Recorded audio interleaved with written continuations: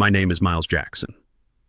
I am 69 years old, and until a few weeks ago, I believed I had secured a peaceful retirement. My son-in-law walked into my home, threw his heavy bags on my custom oak table, and told me to clear out. He said his family needed the best rooms, and it was my job to make space for them. I stood up slowly, gave him a calm smile, and told him to pack his bags. I thought that would be the end of his entitlement. I had no idea he was holding a piece of paper that would turn my sanctuary into a war zone. Before I continue this story, let me know where you are watching from in the comments below. Hit like and subscribe if you have ever had to teach an arrogant relative a lesson they will never forget. Let me tell you exactly how this nightmare started. The heavy oak door of my mountain cabin did not just open. It was kicked open violently. The loud thud echoed through the quiet living room, shattering the peace I had finally found after decades of hard work. I looked up from my leather armchair. Logan, my 34-year-old son-in-law, stormed into the room with my daughter Jada, trailing silently behind him. Logan was wearing his usual expensive tailored suit, looking entirely out of place in a rustic mountain setting. He did not bother to take off his muddy shoes, tracking dirt across the hand-woven rug my wife had bought. He marched straight to the center of the room and tossed his heavy leather duffel bag right onto the pristine glass of my coffee table. The glass groaned loudly under the sudden weight. I stared at the bag and then up at him, waiting for an explanation for this absolute lack of respect. Logan did not even offer a basic greeting. He crossed his arms, puffed out his chest, and spoke to me with a tone usually reserved for disobedient servants. "Listen up, old man," he demanded, his voice echoing off the wooden walls. "My parents and the rest of the Mercer family are coming up this weekend. All 20 of them. We are hosting a massive family reunion. You need to clear out of the master suite today and move your stuff down to the storage shed out back." I remained completely silent, processing his words. I looked past him to my daughter. Jada, the girl I had raised and protected my entire life, refused to meet my eyes. She stared intently at the floor, shifting uncomfortably and playing with her expensive wedding ring. She was completely complicit in this. Jada finally looked up and mumbled weakly, "Dad, just do what he says, please. It will only be for a few days. We really need everything to be perfect." Her weakness deeply disgusted me. Logan took my silence as submission and continued his arrogant rant. "This place is too big for you anyway," he sneered, looking around the room with blatant disgust. "You just sit around doing nothing all day. We are going to put this property to good use. It is basically our early inheritance anyway, so we are taking charge starting today. My parents get your room because they actually appreciate luxury and need the space. The rest of the family takes the guest rooms. You can stay in the shed and help with the catering when they arrive tomorrow morning. Try to make yourself useful for once, instead of taking up space." The sheer audacity of his words hung heavily in the air.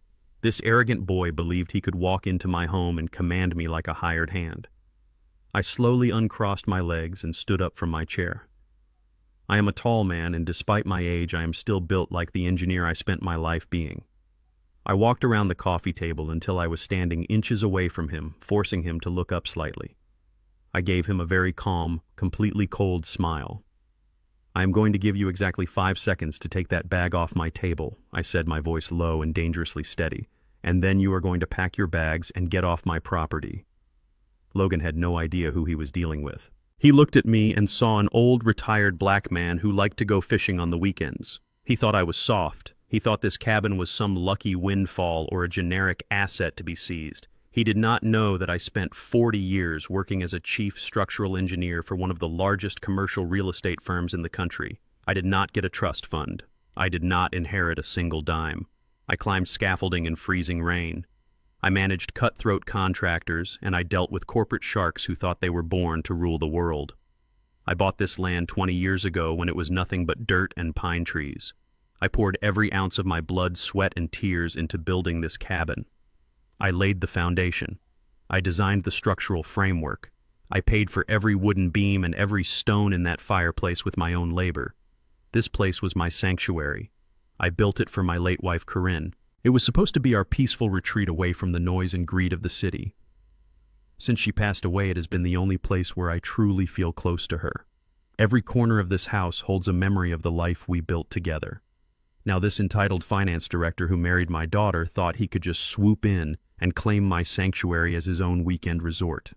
He honestly believed his privilege and his fancy job title gave him the right to erase my entire life of hard work. He had severely miscalculated the situation. I was not a fragile senior citizen waiting to fade away. I was a man who knew how to secure a foundation, and I knew exactly how to tear one down. The ground he thought he stood on was entirely mine. Instead of backing down or showing even a shred of respect, Logan simply let out a loud, mocking laugh. He looked at me as if I had just told a pathetic joke. "You really think you still call the shots around here?" he asked, a wicked smirk spreading across his face. He reached inside his designer jacket and pulled out a neatly folded legal document. He slapped it down hard on the glass table right next to his dirty bag. "Read it and weep, old man." I slowly picked up the paper. It was a formal power of attorney document. It explicitly granted Jada and Logan full legal control over the management of this property and all associated assets. I scanned the text, feeling a cold knot form in my stomach. Right there at the very bottom was my own signature. It was absolutely authentic. My mind raced backward, trying to figure out how this had happened. Then the horrible realization hit me with the force of a freight train. Last month I was in the hospital for a minor gallbladder surgery. I was heavily medicated and groggy. Jada had visited me holding a thick stack of hospital discharge papers and insurance forms. She had urgently asked me to sign them so I could go home. I trusted my daughter implicitly. I had signed the papers without reading every single page. She had slipped this legal document into the medical stack. Logan leaned in close, his eyes gleaming with malicious triumph. "It is too late, old man," he whispered. "Jada already signed the property management rights over to me. You are nothing but a guest in our house now, so grab your things and head to the shed before I have the police escort you off the mountain entirely." The game of theft had officially begun. I slowly lowered the forged document and shifted my gaze away from Logan. I looked directly at Jada. The little girl I had carried on my shoulders, the daughter I had worked double shifts to send to an expensive private college, was standing right in front of me. She refused to meet my eyes. She stared at the floorboards as if the grain of the wood was suddenly the most fascinating thing in the entire world. The silence in the room was suffocating, heavy, and toxic. I waited for her to speak up, to say it was a sick joke to snatch the paper from her husband and apologize for this massive disrespect. But she did absolutely nothing. She just stood there, hiding behind the man who was currently trying to steal my home right out from under me. My heart did not break in that moment. It simply turned to solid ice. The profound sense of betrayal washed over me, replacing any lingering fatherly affection with a cold, hard, and calculating clarity. She was no longer my little girl. She was a grown woman who had actively chosen to participate in a calculated scheme against her own father. I took a deep breath and demanded an explanation without raising my voice. "Look at me, Jada," I said. "Look me in the eye and tell me you agree with this." She finally lifted her head, and the expression on her face was a pathetic mixture of guilt and annoyance. She actually looked annoyed that I was making this difficult for her. "Dad, please do not make a huge scene out of this," she pleaded, stepping out from behind Logan. "We are just trying to help you. You are getting older, and managing a property this large is simply too much for you to handle alone. We are doing this for your own good." I stared at her in utter disbelief. "For my own good," I repeated. "I am 69 years old, Jada. Not 90. I run 10 miles a week and manage my own stock portfolio. I built this house with my own hands. What exactly do you think I need help with?" Logan stepped forward, wrapping a possessive arm around my daughter. "You forget things, old man," he interrupted. "You missed a property tax deadline last year. Jada is just stepping up as a responsible daughter to ensure your assets are protected. It is completely legal. We are the managers now." I remembered that tax deadline clearly. I had missed it by 2 days because I was in another state arranging the funeral for my younger brother. They were deliberately using my grief against me to paint a false picture of senility and incompetence. Jada nodded eagerly, agreeing with his absurd and insulting logic. "Exactly, Dad," she said, her voice gaining a false sense of confidence. "Logan knows how to handle real estate. He is a finance director. He is going to make sure this place is maximized. We can rent it out when we are not using it. It is just smart business. You should be thanking us for taking this massive burden off your shoulders so you can just relax." I felt a sudden surge of pure disgust. She was repeating his words like a brainwashed parrot. She had traded her integrity and her family loyalty for the illusion of high society status that Logan and his terrible family provided. Before I could dissect her ridiculous argument and put her in her place, a loud symphony of car horns erupted from the driveway. The blaring noise shattered the tense atmosphere inside the cabin. The Mercer family had arrived. I looked out the large front window and saw a convoy of 3 black luxury SUVs pulling into my driveway. The heavy tires crushed the pristine gravel I had just leveled last week. The doors swung open and a chaotic swarm of entitled people spilled out, laughing loudly and shouting over each other. They acted as if they had just arrived at a resort hotel they had rented for a wild weekend getaway. Logan smiled broadly, clapping his hands together in excitement. "Excellent, the whole family is finally here," he announced, turning back to me with a triumphant glare.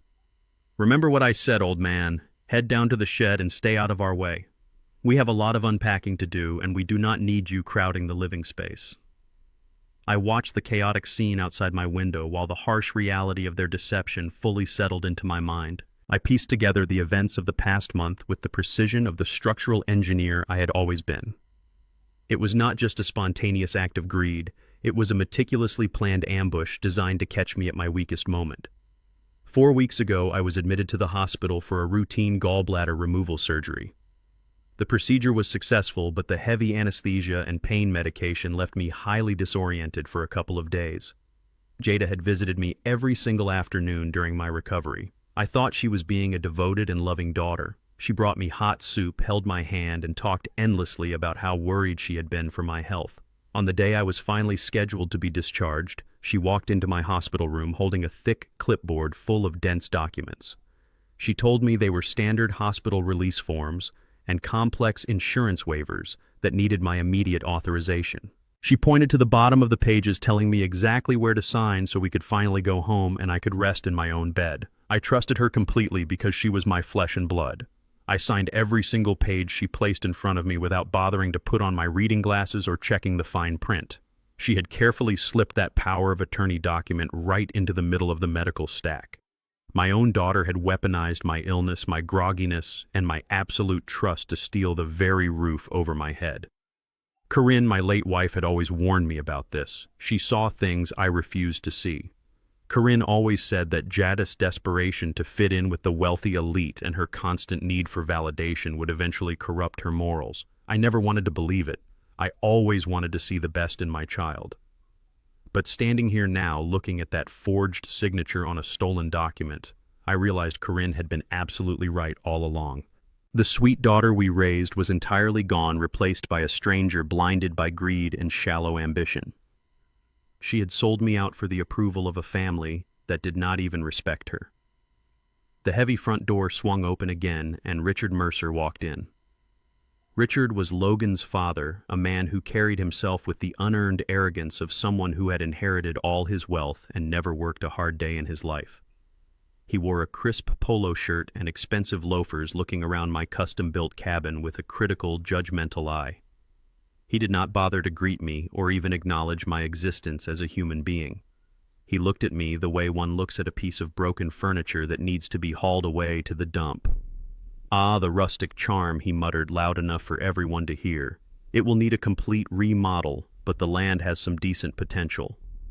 Patricia, his equally awful wife, walked in behind him, complaining about the mountain air ruining her hair. Richard then walked directly toward me, stopping just a few feet away. He reached into his pocket, pulled out a heavy set of car keys, and tossed them casually at my chest.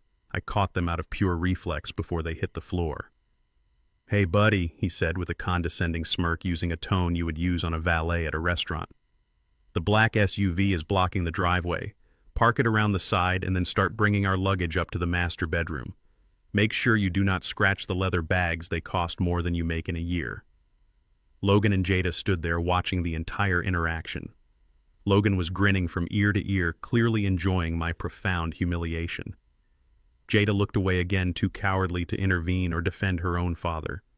They fully expected me to yell, to throw the keys back in his face, and cause a massive scene that they could record and use as definitive proof of my mental instability.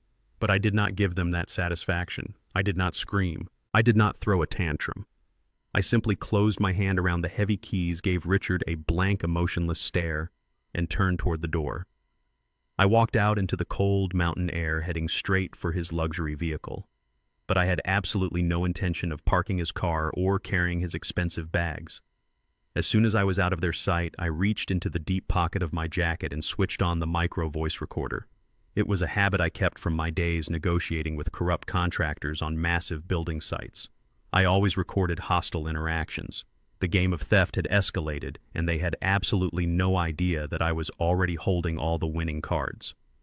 I walked out to the driveway and left Richard's heavy car keys sitting right on the hood of his pristine luxury SUV. I did not park his car, and I certainly did not touch a single piece of his expensive luggage. I walked around the wraparound porch, taking deliberate and steady steps toward the side entrance of my cabin to grab a few essential items from the mudroom. The temperature was dropping rapidly as the sun dipped behind the tall pines, casting long, dark shadows across the property. I reached out with cold fingers to punch in my standard 6-digit code on the smart lock keypad. The keypad flashed a bright, angry red and let out a harsh error beep. I paused, thinking my fingers had simply slipped in the biting wind. I carefully typed the numbers again. Another red flash and another loud, obnoxious beep. Access denied. The heavy deadbolt remained firmly in place, locking me out of the home I had built from the ground up. I looked up at the small security camera mounted above the door, feeling a deep chill that had nothing to do with the mountain air. A moment later, my phone buzzed in my pocket. It was a text message from Logan. It read, "I updated the security codes for our safety. The shed out back is unlocked. Have a good night, old man." I stared at the glowing screen, reading the words over and over again. He had intentionally locked me out of my own home in the freezing cold, forcing a 69-year-old man to sleep in an unheated wooden storage unit. It was a calculated act of physical and psychological cruelty.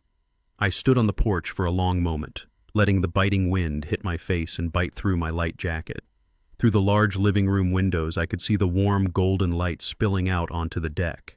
I could see shadows moving inside. The Mercer family was already making themselves completely at home, taking over the space like a swarm of well-dressed locusts. I turned my back on the warm cabin and headed down the dirt path toward the large storage shed I had built a decade ago to hold my tools and heavy landscaping equipment. I pushed open the creaky wooden door and stepped into the dark, dusty space. The air inside was stale and smelled strongly of motor oil, dried paint, and sawdust. It was bitterly cold, the uninsulated walls offering zero protection from the mountain elements. I flipped the switch, turning on the single bare overhead bulb that bathed the room in a harsh yellow glow. Logan had not bothered to prepare anything for me. There was no bed, no space heater, and no blankets. I was expected to sleep on the hard concrete floor like a stray animal. I walked over to a stack of plastic storage bins and pulled out a few old moving blankets I kept for transporting lumber. I arranged them over a stack of flattened cardboard boxes in the corner to create a makeshift mattress. I sat down on the cold cardboard, pulling my jacket tight around me and rubbing my hands together to generate some meager heat. From up the hill, I could hear the muffled sounds of loud, bass-heavy music and raucous laughter echoing from my cabin. They had fired up my expensive outdoor grill, and I could smell the rich scent of the premium steaks I had bought for myself earlier that week. I could hear Richard's booming voice boasting loudly about some country club golf tournament, while Patricia shrieked with laughter, complaining about the lack of cellular service on the mountain. They were celebrating their hostile takeover with absolute zero remorse. They were drinking my vintage wine, eating my food, and sleeping in the custom oak bed I had built for my late wife, Corinne. The utter disrespect and sheer arrogance of the situation was enough to make a weaker man storm up there, break a window, and demand his home back. But I stayed seated on my cardboard bed, breathing in the freezing air and controlling my heart rate. I was not a man who reacted with mindless, unpredictable anger. I was a man who calculated load-bearing limits, structural vulnerabilities, and stress points. Logan thought he had completely isolated me and stripped me of all my power by locking me in a wooden box in the backyard. He thought he was the smartest guy in the room, playing a high-stakes game of real estate chess against a senile and helpless old fool. He had no idea that he had just locked himself inside a technological trap of my own flawless design. What Logan and Jada completely failed to understand was the true depth of my professional expertise. When I told them I was a structural engineer, I kept things incredibly simple for their narrow, privileged minds. During my 40 years in commercial real estate development, I did not just design steel beams and pour concrete foundations. I oversaw the integration of advanced security networks for massive corporate skyscrapers and government facilities. I specialized in creating invisible surveillance grids that protected billions of dollars in highly sensitive corporate assets. When I built this cabin 20 years ago, I did not just hire some local general contractor to slap a basic alarm system on the doors and windows. I personally wired the entire property from the inside out. I installed military-grade microcameras inside the air vents behind the custom woodwork and integrated them directly into the masonry of the stone fireplace. I built a highly secure closed-loop network that ran on a completely separate hidden server located right here inside this very shed. I originally built the system to ensure Corinne's absolute safety when I was forced to travel for long corporate projects. It was my way of watching over her when I could not be there physically. Logan thought he was a brilliant tech genius for using a smartphone app to change the password on a basic front door smart lock. He had absolutely no idea that every single room in that cabin was currently transmitting crystal clear high-definition audio and video directly to my private server. He thought he had kicked me out of the house and blinded me to his actions. In reality, he had just placed himself perfectly inside my observation deck where I could monitor his every move, his every word, and his every mistake. I stood up from my cardboard bed and walked to the back of the shed. I reached behind a heavy stack of old paint cans and pulled away a false wooden panel on the wall that blended perfectly with the surrounding timber. Behind it was a heavy-duty locked metal lockbox recessed directly into the framing. I punched in a physical 12-digit code and pulled the heavy door open, revealing a high-powered laptop and a dedicated server bank humming quietly in the cold air. I booted up the computer and logged into my master control interface, bypassing 3 layers of encrypted security. The large screen instantly populated with a dozen live camera feeds from inside the cabin. I could see absolutely everything. I saw Patricia snooping through Corinne's old jewelry boxes in the master bedroom, tossing aside pieces she deemed cheap. I saw Richard pouring himself a massive glass of my rarest scotch in the kitchen, drinking it like it was cheap tap water. But it was the high-definition feed from the main living room that caught my complete and undivided attention. Logan was pacing back and forth in front of the large stone fireplace, holding his cell phone tight to his ear. He looked intensely anxious and frantic, completely different from the arrogant boy who had kicked my door open earlier that afternoon. He was sweating heavily and chewing on his thumbnail. I isolated the audio feed from the fireplace microphone and cranked up the volume to catch every single word. Logan was speaking to someone in a hushed, panicked tone. "Yes, I absolutely understand the deadline," he said, rubbing his forehead aggressively. "The collateral is fully secured, I promise you. I am standing in the property right now. It is a custom luxury cabin worth at least $3 million on the open market, maybe more. I have the power of attorney fully executed and legally signed by the owner. We can proceed with the $2 million commercial loan immediately. I need those funds wired to my investment group by Monday morning, or we are completely bankrupt and facing federal audits. Do you hear me? Monday morning." I stared at the glowing screen as the sheer magnitude of his crime washed over me in the freezing shed. Logan was not just moving his awful family in for a free weekend vacation. His highly touted finance company was collapsing under the weight of his own incompetence, and he was using my home as collateral for a $2 million fraudulent loan to save his own skin and avoid prison. He was stealing my life's work to pay for his massive failures. I leaned back in my chair, a cold smile creeping across my face. The game was no longer about a stolen cabin. It was about federal wire fraud. The morning mountain air was razor-sharp, biting through the thin gaps in the uninsulated shed walls. I was already awake, wrapped in my heavy jacket and staring at the glowing array of hidden monitors when the heavy deadbolt on the shed door rattled violently. I quickly powered down the main screens, leaving only a benign black screensaver running before Jada stepped inside. She was holding a flimsy paper plate covered with cheap aluminum foil. She did not look like the confident, successful daughter I raised. She looked exhausted, her eyes darting nervously around the dusty space as if she were terrified her new in-laws might see her interacting with her own father. She shoved the plate toward my chest without making eye contact. "I brought you some breakfast," she muttered, her voice tight and defensive.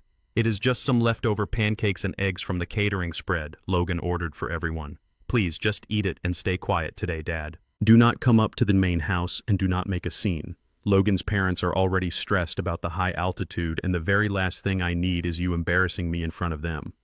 Try to show some gratitude that we are even letting you stay on the property."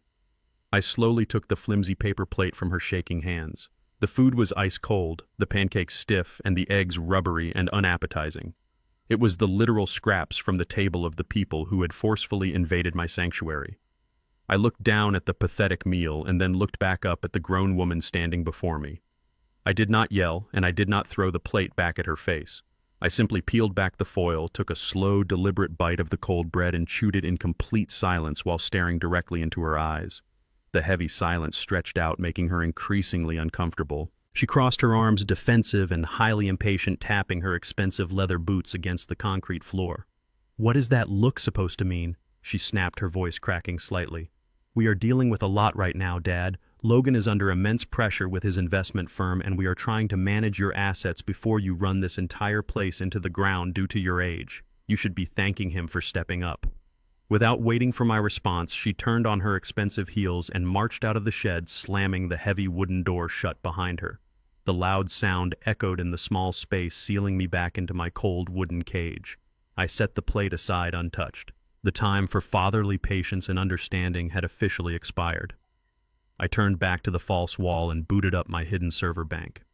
The hardware I had stashed away in this shed was not just for monitoring security cameras. It was a fully functional command center built from surplus enterprise-grade components I had salvaged from corporate demolition projects over my long career. I activated a powerful network scanning tool I had coded myself, specifically designed to monitor and intercept all traffic on my cabin's local area network. When Logan changed the smart lock password on the front door, he completely failed to realize that the entire wireless router system was still tethered to my primary administrative node. He was proudly surfing the web, conducting his fraudulent business and syncing his mobile devices on a network that I totally controlled from the shadows. I watched his laptop's IP address pop up on my tracking software like a glowing red beacon. He was incredibly careless, leaving his basic firewall disabled and his file-sharing ports wide open.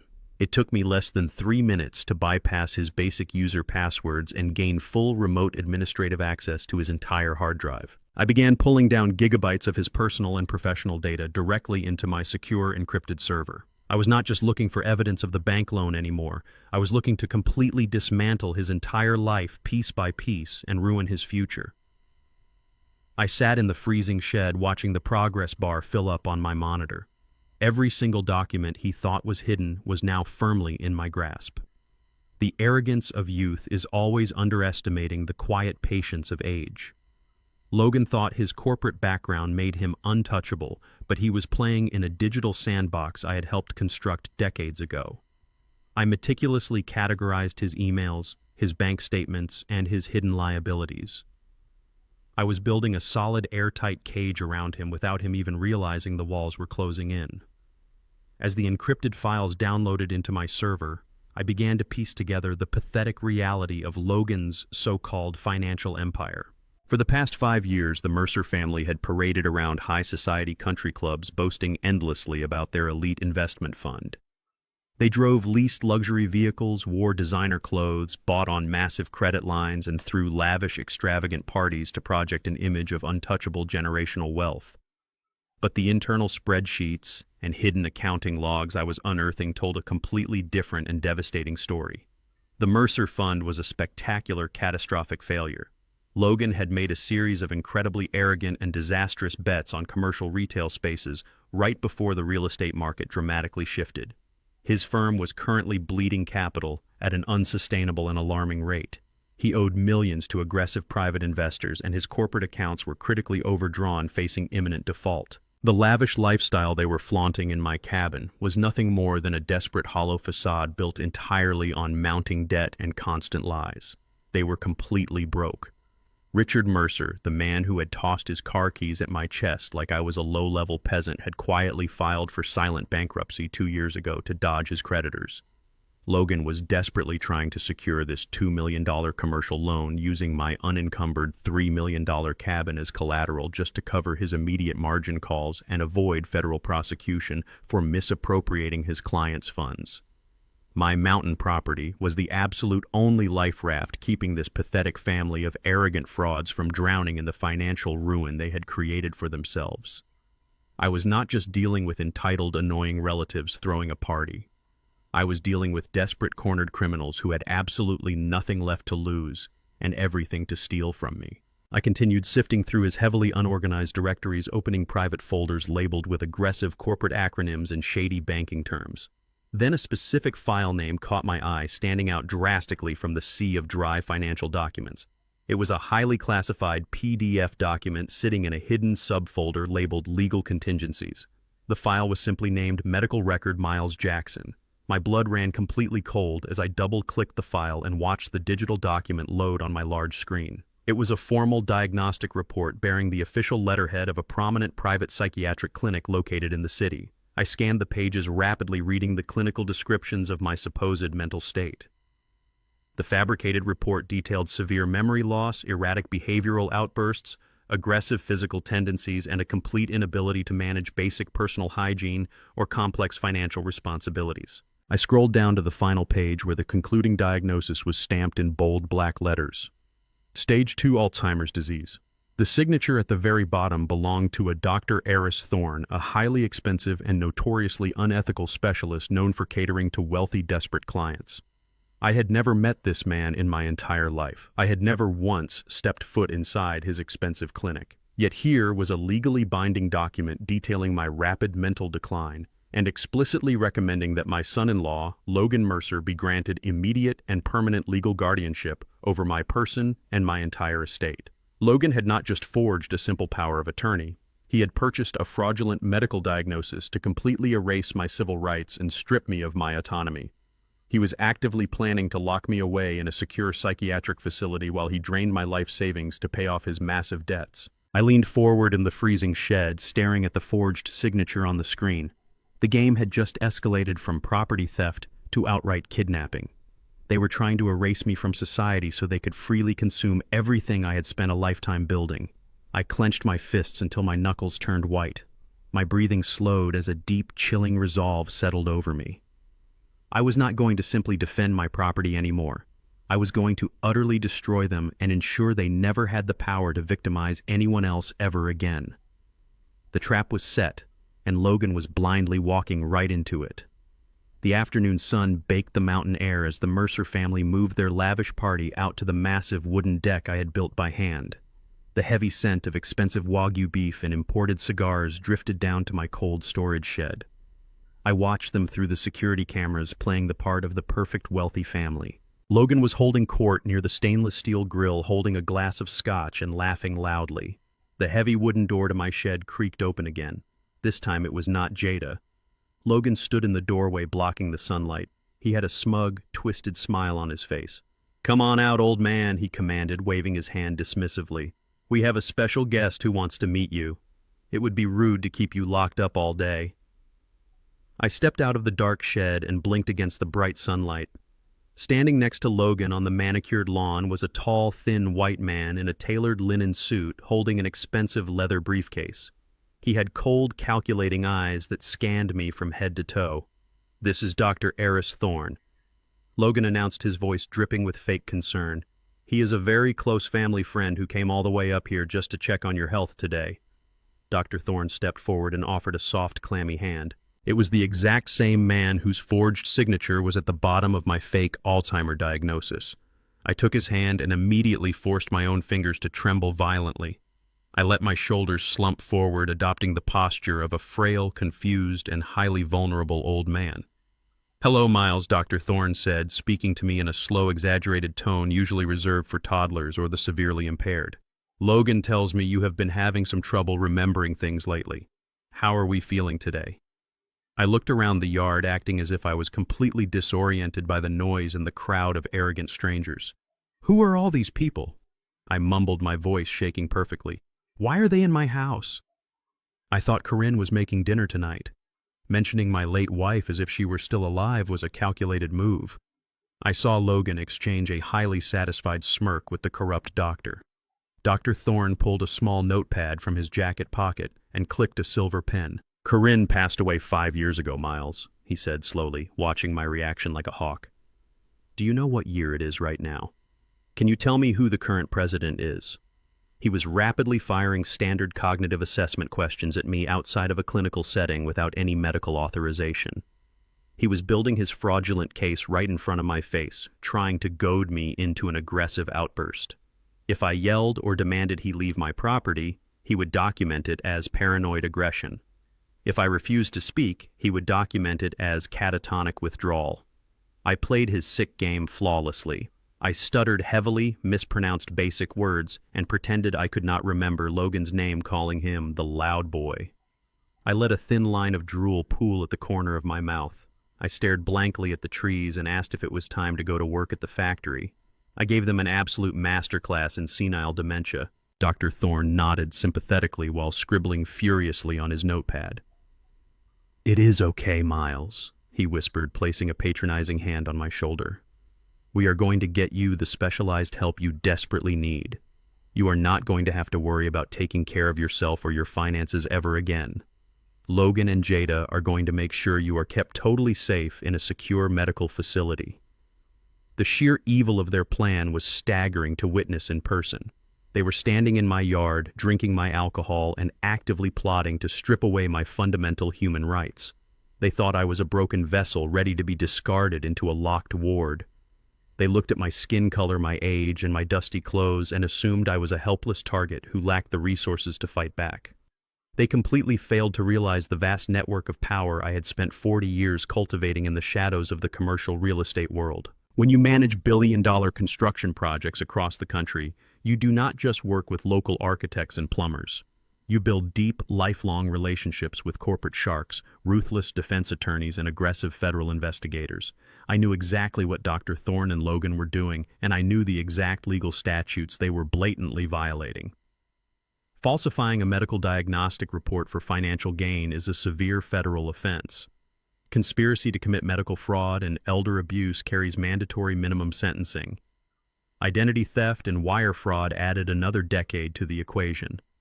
I was mentally calculating their federal prison sentences while they thought I was struggling to remember what day of the week it was.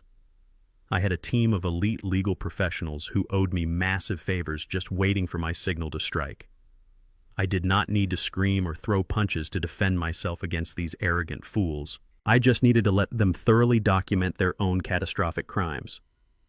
Every note Dr. Thorne took and every lie Logan told was simply another nail in their collective coffin. They were digging a legal grave so incredibly deep they would never see the sun again. The medical license Dr. Thorne relied on to make his dirty money was going to be shredded, and Logan was going to face the absolute full wrath of the Federal Banking Commission.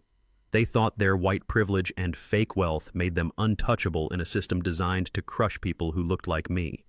But I had spent a lifetime learning how to use that exact same system to absolutely obliterate my enemies. Logan patted Dr. Thorne on the back and gestured toward the outdoor bar. "Come get a drink, Eris," he laughed loudly. "The old man is clearly checked out and completely gone. Jada can watch him while we celebrate your visit." Dr. Thorne smiled, setting his expensive leather briefcase down on a small wooden side table next to the shed. As soon as the two men turned their backs and walked toward the loud crowd on the deck, I instantly dropped the confused old man act. My trembling hands became perfectly steady. My clouded eyes turned sharp and utterly focused. I moved with a rapid, silent efficiency that would have terrified them. I reached into my deep jacket pocket and pulled out a microscopic GPS tracker and audio transmitter I had salvaged from my high-end security supplies. I quickly unlatched the brass buckle on Dr. Thorne's leather bag and slipped the tiny black device deep into the lining of an interior pocket. I snapped the bag shut and stepped back into my slumped posture just a second before Jada walked over to check on me. She looked at me with total disgust and told me to go back inside the shed before I ruined their afternoon. I shuffled back into the dark, dusty room and closed the heavy door behind me. I immediately dropped the act and walked straight to my hidden server bank. The tracker was already transmitting a flawless audio signal and pinpoint location data directly to my computer. I reached under the floorboards and pulled out an untraceable burner phone I kept for extreme emergencies. I typed in a highly secure encrypted number belonging to my personal attorney. I stared at the glowing screen and typed a single message. "Sullivan, initiate the spiderweb protocol." I hit send. The trap was now permanently locked. The relentless morning sun pierced through the dusty windows of the main garage, casting long, bright beams across the polished concrete floor. I was already awake, standing quietly by the side door, when I heard the heavy crunch of gravel approaching the property. A flashy flatbed tow truck aggressively backed into my driveway, crushing the newly laid stones. Logan marched out of the cabin holding a cup of artisan coffee and leading a greasy-looking man in a cheap suit straight toward my garage. Logan punched the access code into the keypad, and the massive bay doors rolled open with a loud mechanical hum. I stepped out of the shadows to see what new level of theft he had planned for the day. Sitting under a custom canvas tarp in the very center of the pristine garage was my vintage '68 Ford Mustang. It was polished to an absolute mirror finish and completely untouched by the mountain dust. Logan walked right up to the tarp and yanked it off with a dramatic sweep, revealing the gleaming cherry red paint. He pointed at my vehicle and told the strange man that he needed cash immediately to fund the rest of the weekend catering and luxury alcohol. He was selling my car right out from under me to pay for a fake rich lifestyle he could no longer afford. The sheer audacity of his actions was reaching a staggering new level of criminal behavior. The greasy man walked slowly around the vintage car, running his dirty hands over the custom paint job and inspecting the pristine chrome bumpers. He looked at Logan and offered a ridiculously low number, a tiny fraction of what the pristine classic was actually worth on the open market. Logan did not even bother to negotiate or ask for a fair price. He just laughed his arrogant laugh and told the man he would take the cash transfer right on the spot as long as the car was gone today.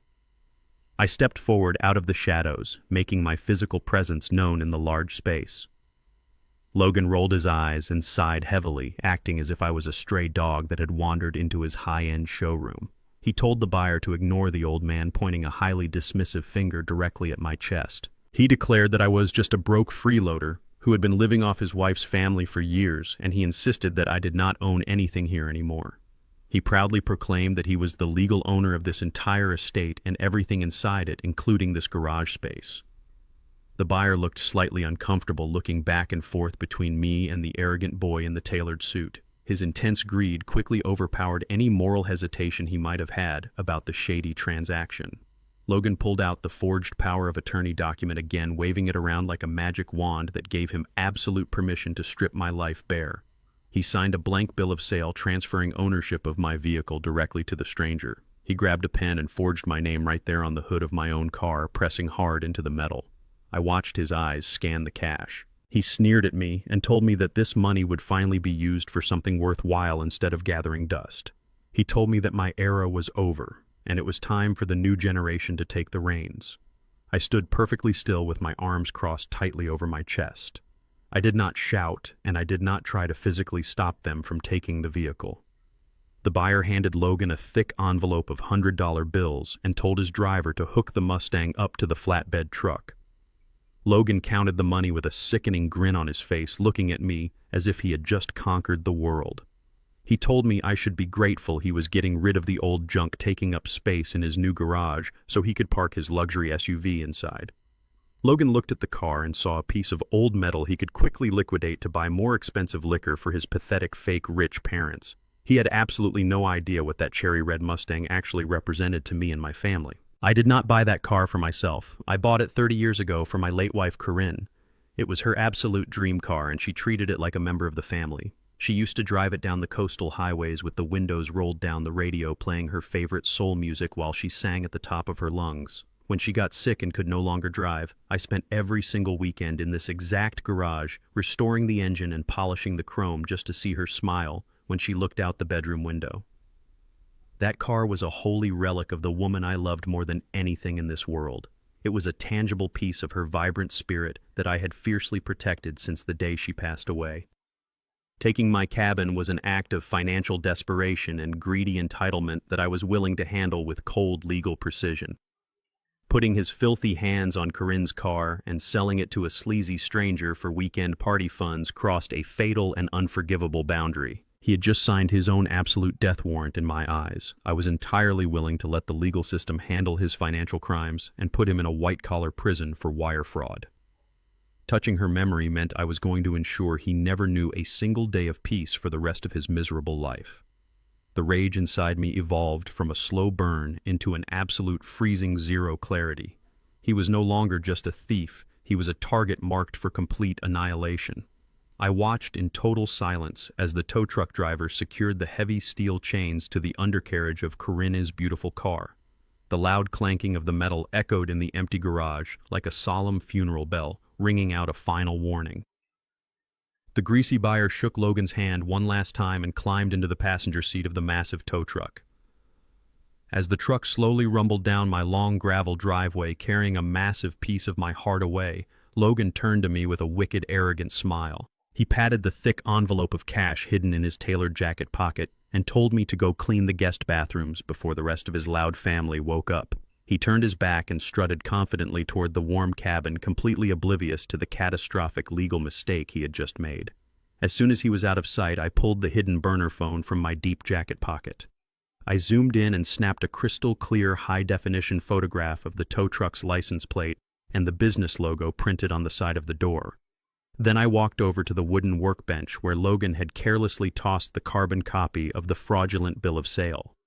I photographed the document, clearly capturing his forged signature next to my printed name. I opened my encrypted messaging application and sent both images directly to my personal attorney, Sullivan.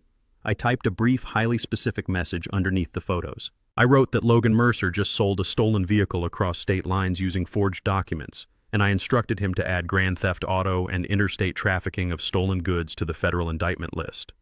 I knew that the federal authorities would look at this transaction and immediately identify it as a major felony.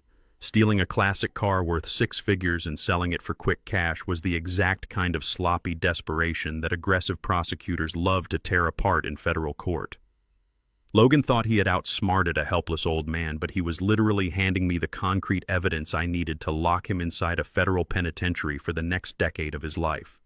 The trap was springing shut faster and harder than I had ever anticipated, and Logan was doing all the heavy lifting for me. The midday sun beat down on the mountain, but the atmosphere up on the main deck was rapidly turning freezing. I sat at my hidden surveillance terminal in the shed, watching the live, high-definition feeds with calculated patience. The grand Mercer family reunion was supposed to feature a lavish 5-course meal right about now. Logan had hired a premium private catering company from the city using the thick envelope of cash he had just stolen from selling my late wife's classic Mustang. I watched him pace back and forth on the expansive wooden deck, his phone pressed tightly against his ear. His face was turning a violent shade of red, contrasting sharply with his crisp white designer shirt. The catering trucks were supposed to arrive over an hour ago. Through the outdoor microphone, I heard him yelling at the event coordinator. "What do you mean you cannot get through the lower gate?" he shouted, his voice cracking with sheer frustration. "Just punch in the access code and drive up the hill. Do not tell me the road is closed. I own this entire property." He hung up the phone and slammed his fist hard against the wooden railing. The 20 hungry and highly entitled Mercer family members were sitting around empty decorated tables complaining loudly about the lack of service. Richard Mercer was tapping his empty crystal glass demanding his lunch. Patricia was fanning herself dramatically, acting as if she were starving to death. Logan needed someone to blame for this highly embarrassing failure, and I knew exactly who he was coming for. Less than 2 minutes later, the heavy wooden door of my shed was kicked open for the second time that weekend. Logan stood in the doorway, breathing heavily with his fists clenched aggressively at his sides. He marched straight toward me, pointing a trembling finger directly at my face. "What did you do to the main gate down at the bottom of the mountain?" he demanded, his voice echoing off the corrugated metal roof. "The catering trucks are stuck at the checkpoint. The electronic keypad is completely locked out, and the manual override is not accepting my inputs. You tampered with the control panel, did you not, old man? You are trying to ruin this important weekend out of pure spite." I remained seated on my makeshift cardboard bed, projecting absolute calm while he completely unraveled in front of me. "I did not touch the gate." "Logan," I replied evenly, maintaining steady eye contact. "The electronic access codes reset automatically for unauthorized commercial users. You should know how to fix it since you are supposedly the legal and brilliant manager of this entire estate." He stepped closer, towering over me in a desperate attempt to use his physical size for intimidation. "Listen to me very closely, you broke pathetic old fool," he hissed, spit flying from his lips. "My parents are hungry. My important investors are arriving soon and they are annoyed. If you do not give me the master override code for that gate right this second, I will drag you by your collar and throw you off this mountain myself." Jada appeared in the doorway looking panicked and thoroughly embarrassed by her husband's explosive tantrum. "Logan, please stop," she pleaded weakly, grabbing his tense arm. "Maybe the power grid is just out down there in the valley. We can just drive down in the SUV and personally escort the catering trucks up the hill." Logan snatched his arm away from her, gripping his phone tightly until his knuckles turned white. "No," he snapped, glaring at her. "I am not driving 5 miles down a dirt road like some lowly delivery boy." This old man deliberately sabotaged the security grid to embarrass me in front of my family. I looked past him directly to my daughter, analyzing her miserable posture. "Are you enjoying your luxurious weekend getaway, Jada?" I asked, my voice completely devoid of any fatherly warmth or sympathy. "Your successful husband seems to be having a lot of trouble managing his newly acquired empire." Logan lunged forward, kicking a heavy plastic storage bin violently out of his way. "Tell me the master code right now," he roared. I stood up slowly, unfolding my tall frame and matching his height, forcing him to take a sudden half-step backward. I gave him a cold, dead stare that carried 40 years of corporate boardroom battles. "There is no code, Logan," I stated simply. "The gate is not broken, and the power is not out. It is legally closed to all commercial traffic. You cannot authorize those heavy trucks to drive up that road because you do not own it." Logan stared at me as if I had just spoken a completely foreign language. He let out a loud, condescending scoff, running a frantic hand through his expensive, styled hair. "What kind of senile Alzheimer nonsense are you talking about now?" he mocked, trying to regain his false sense of superiority. "I have the signed deed to the cabin and the property lines fully mapped out. The private driveway connects directly to the main county highway. I own the access routes, and I authorize whoever I want." This was the fatal flaw of entitled, arrogant men who bought their degrees and faked their financial success. They never bothered to read the complex fine print. When I purchased this massive mountain plot 20 years ago, I did not just buy the 3 acres the cabin sits on. I was the chief structural engineer for Jackson Commercial Real Estate, an enterprise I quietly built from a single local construction crew into a massive corporate holding firm spanning 3 states. I specifically engineered the zoning lines and property tracks to ensure absolute impenetrable privacy for Corinne. The 5-mile paved road winding up the mountain leading from the county highway to the cabin gate was not part of the residential deed he possessed. I had purchased that entire stretch of land separately under a corporate trust belonging directly to my real estate group. The cabin itself was zoned as a residential asset, but the access road was strictly zoned as private corporate property. I maintained absolute legal authority and full liability over who could and could not transit that road. Logan had successfully forged a power of attorney for my personal residential assets, but he had absolutely zero legal jurisdiction over my corporate business holdings. He was essentially occupying a small island, and I completely controlled the only bridge connecting it to the mainland. Without my direct corporate authorization, not a single commercial vehicle, delivery truck, or unauthorized corporate guest could legally cross that fortified checkpoint. He thought he was the undisputed master of the sprawling estate, but he was completely trapped in a heavily fortified legal cage of my own meticulous design. Logan let out a loud, forced laugh, shaking his head in absolute disbelief at my explanation. "You are completely delusional," he sneered, his voice dripping with venom. "You are making up fake corporate zoning laws because you are desperate to hold on to whatever little power you think you have left. I am going down there right now to manually pry open that gate and bring my food up here." He turned around abruptly and stormed out of the dusty shed, with Jada hurrying nervously to keep up with his angry strides. I sat back down in my chair and pulled out my encrypted burner phone. I sent a quick one-line text message to the elite private security firm contracted by my corporation to monitor our commercial land holdings. The message simply read, "Enforce corporate perimeter trespassers are attempting to breach the mountain access road." I turned my attention back to the high-definition surveillance monitors, watching Logan's luxury SUV speed aggressively down the long, winding driveway toward the bottom of the hill. 15 minutes later, the live security feed from the lower gate checkpoint flashed onto my large secondary screen. Logan hopped out of his vehicle and marched toward the heavy steel gate, ready to manually force it open. Before he could even lay a single hand on the solid metal bars, 2 heavily armored black SUVs with flashing yellow lights blocked his path from the opposite side. 4 uniformed private security officers stepped out, resting their hands casually on their duty belts, projecting absolute authority. I turned up the audio feed and listened intently as the lead officer approached Logan with a stern, uncompromising expression. "Sir, you are attempting to authorize commercial traffic on a strictly private corporate road," the officer stated firmly. "Please present your corporate transit permit immediately, or we will be forced to turn these catering trucks around and cite you for criminal trespassing." Logan froze, staring at the armed men and the massive steel barrier. He reached into his pocket, pulling out nothing but empty air. He realized for the very first time that he was completely cornered. The grand, lavish feast was officially over, and the Mercer family was about to starve on their stolen mountain. The sun reached its highest point in the sky, and the luxurious Mercer family reunion was rapidly descending into utter chaos. I sat in the dim light of the storage shed, watching the live security feed from the main deck with quiet, calculated satisfaction. The 20 hungry and highly entitled guests were growing increasingly hostile. Without the premium catering trucks, there was absolutely zero food on the mountain, and the expensive alcohol they had been guzzling on an empty stomach was only fueling their aggression. Richard Mercer was pacing the expansive wooden deck, his face flushed a furious shade of red, complaining loudly to anyone who would listen about the profound incompetence of his hosts. Patricia Mercer, clutching an empty crystal wine glass, turned her venomous attention directly toward Jada. I cranked up the audio feed to hear every word. She looked my daughter up and down with absolute, undisguised disdain. "Your father is a completely useless old man," Patricia sneered, not caring who heard her shrill voice.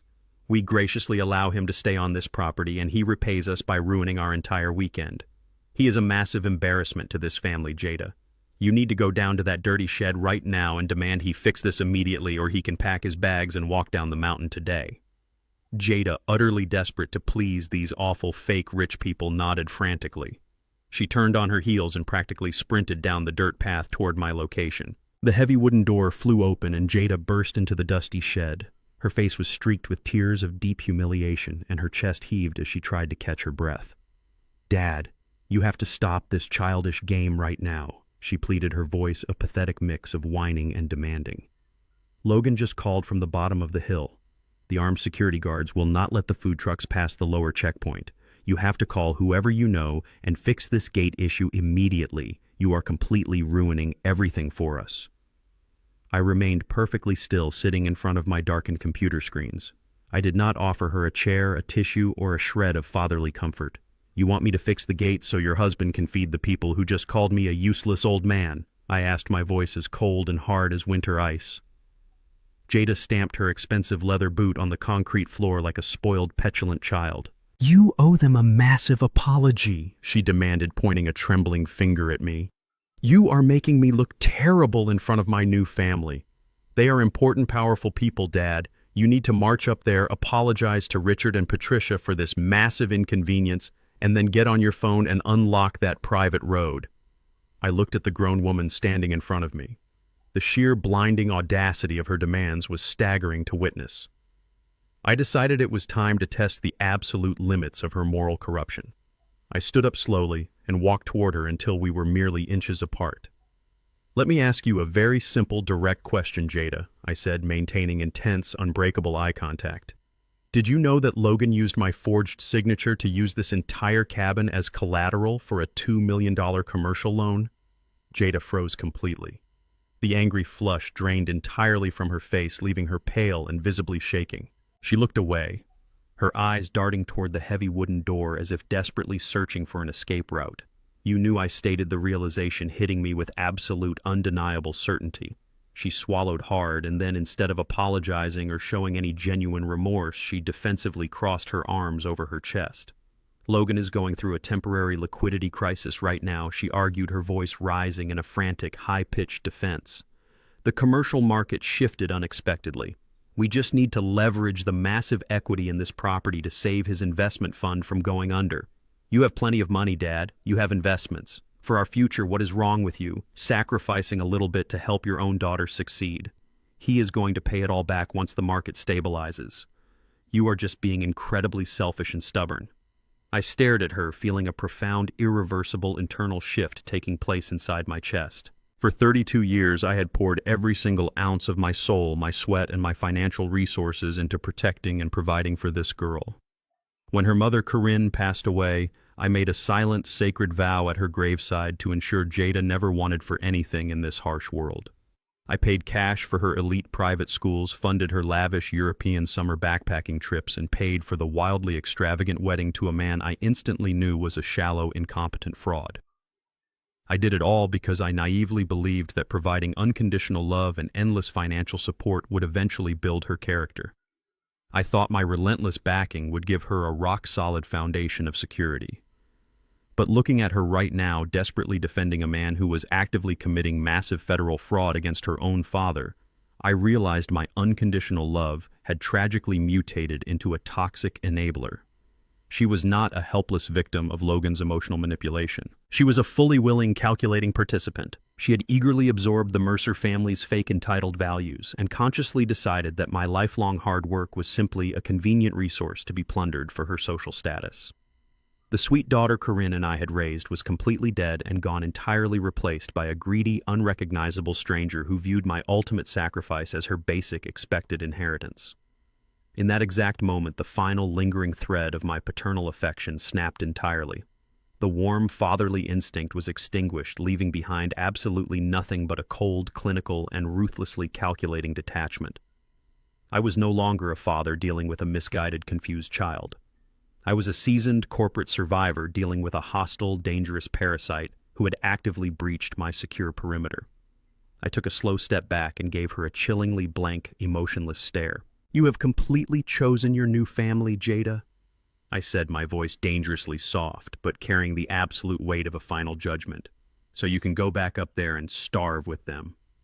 I turned my back to her and walked directly toward my hidden server bank behind the false wooden wall.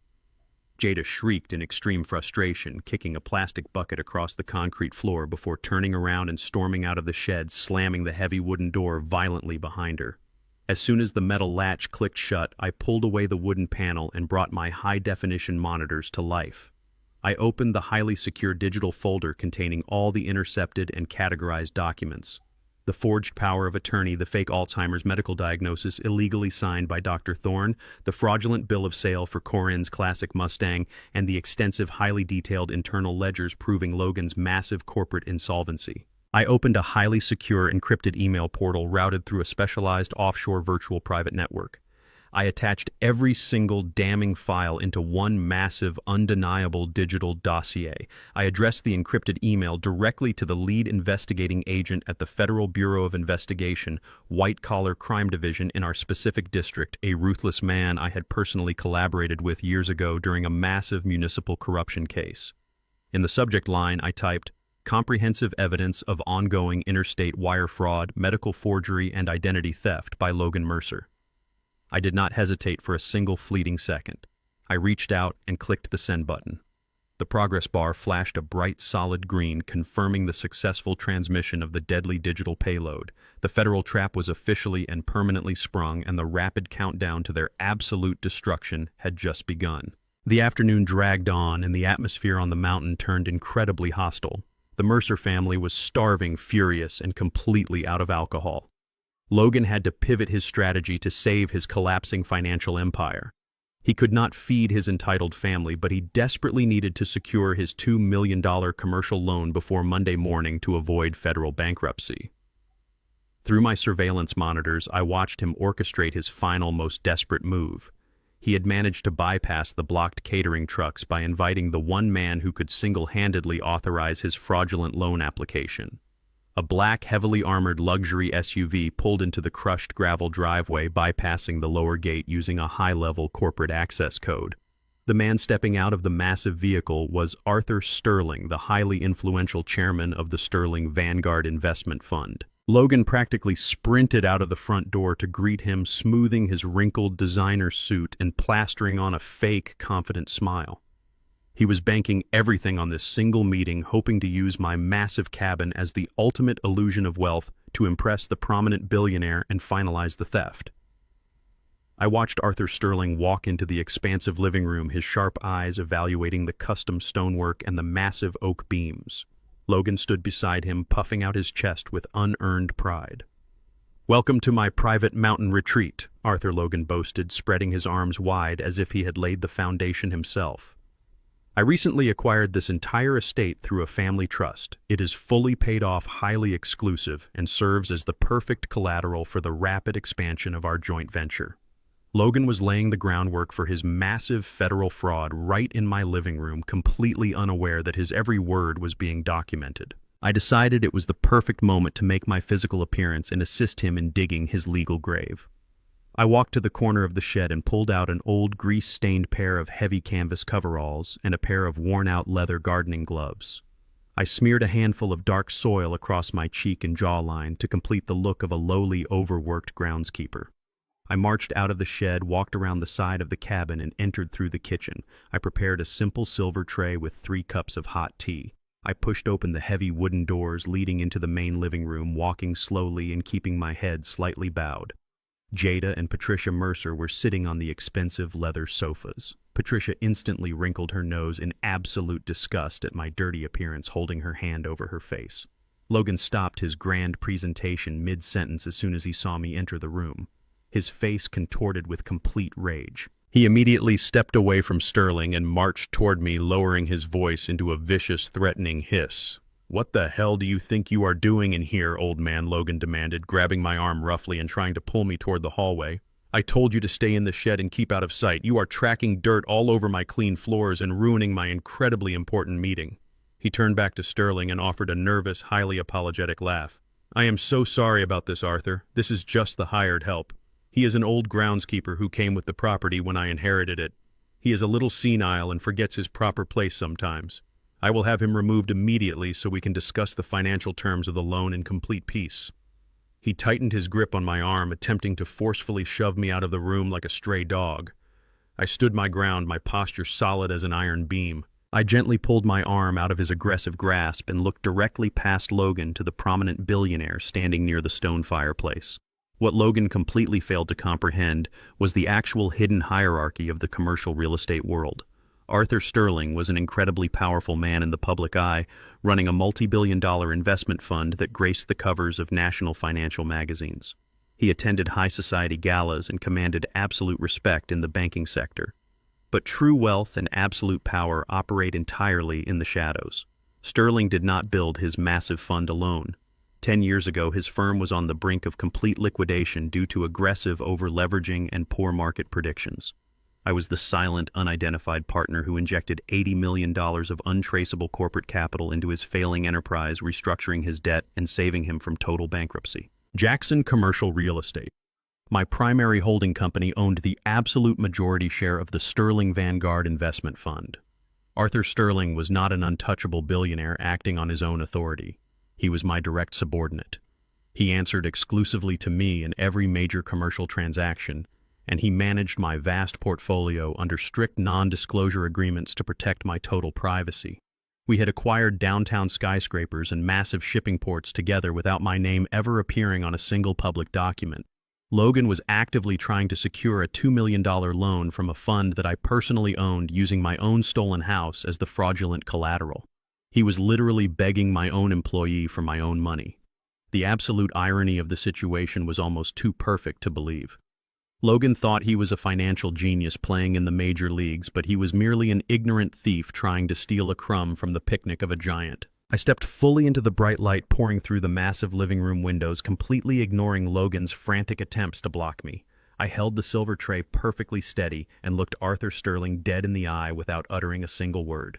Sterling turned away from the architectural details of the fireplace and finally focused his attention on the old, dirty groundskeeper standing in the middle of the room.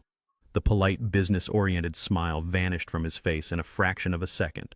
All the blood completely drained from his cheeks, leaving him as pale as a ghost. He took a sudden, staggering step backward, his expensive leather shoes squeaking loudly against the hardwood floor. His hands began to tremble so violently that he dropped his heavy leather portfolio, sending highly confidential financial documents scattering across the custom rug. Patricia Mercer gasped out loud at the sudden mess, but Sterling ignored the dropped papers entirely. His wide, terrified eyes locked firmly on my face, recognizing the features hidden beneath the smeared dirt and the greasy canvas coveralls. Boss Sterling whispered, his voice cracking with absolute shock and profound confusion. "Mr. Jackson, what on earth is going on here? Why are you dressed like a groundskeeper in your own home?" The sheer panic in the billionaire's voice echoed loudly through the silent cabin, freezing the air in the room. Jada dropped her wine glass, shattering it against the floor.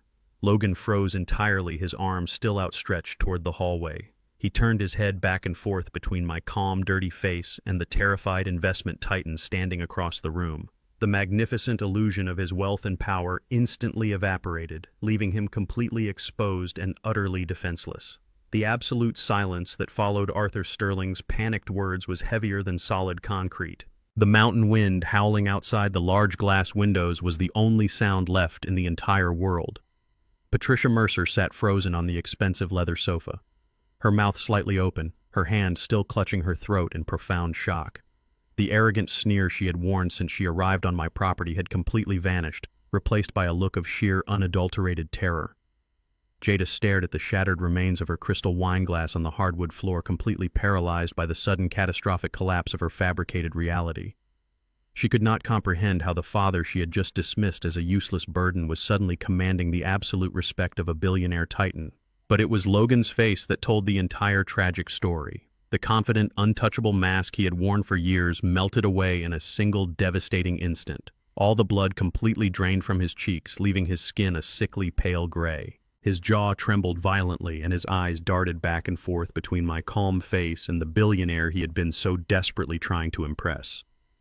He was trying to process the impossible mathematics of the situation before him. The helpless, senile old man he had locked in a freezing storage shed was being addressed as boss by the most powerful financial figure in the state.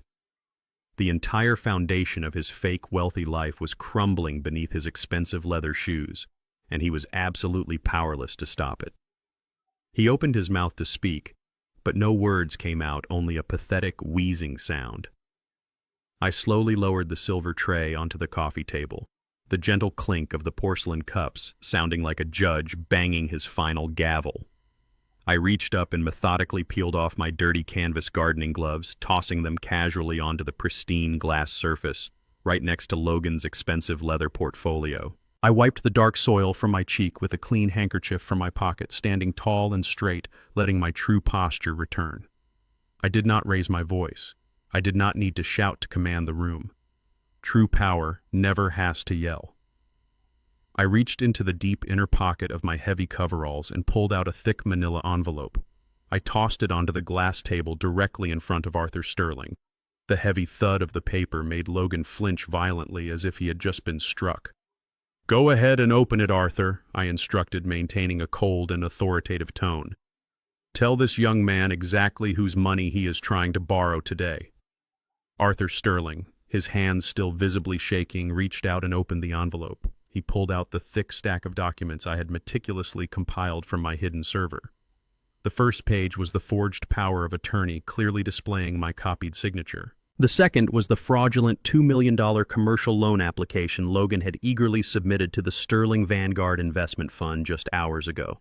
The third and most damning was the fake medical diagnosis signed by the corrupt Dr. Eris Thorne, falsely claiming I had advanced stage Alzheimer's disease.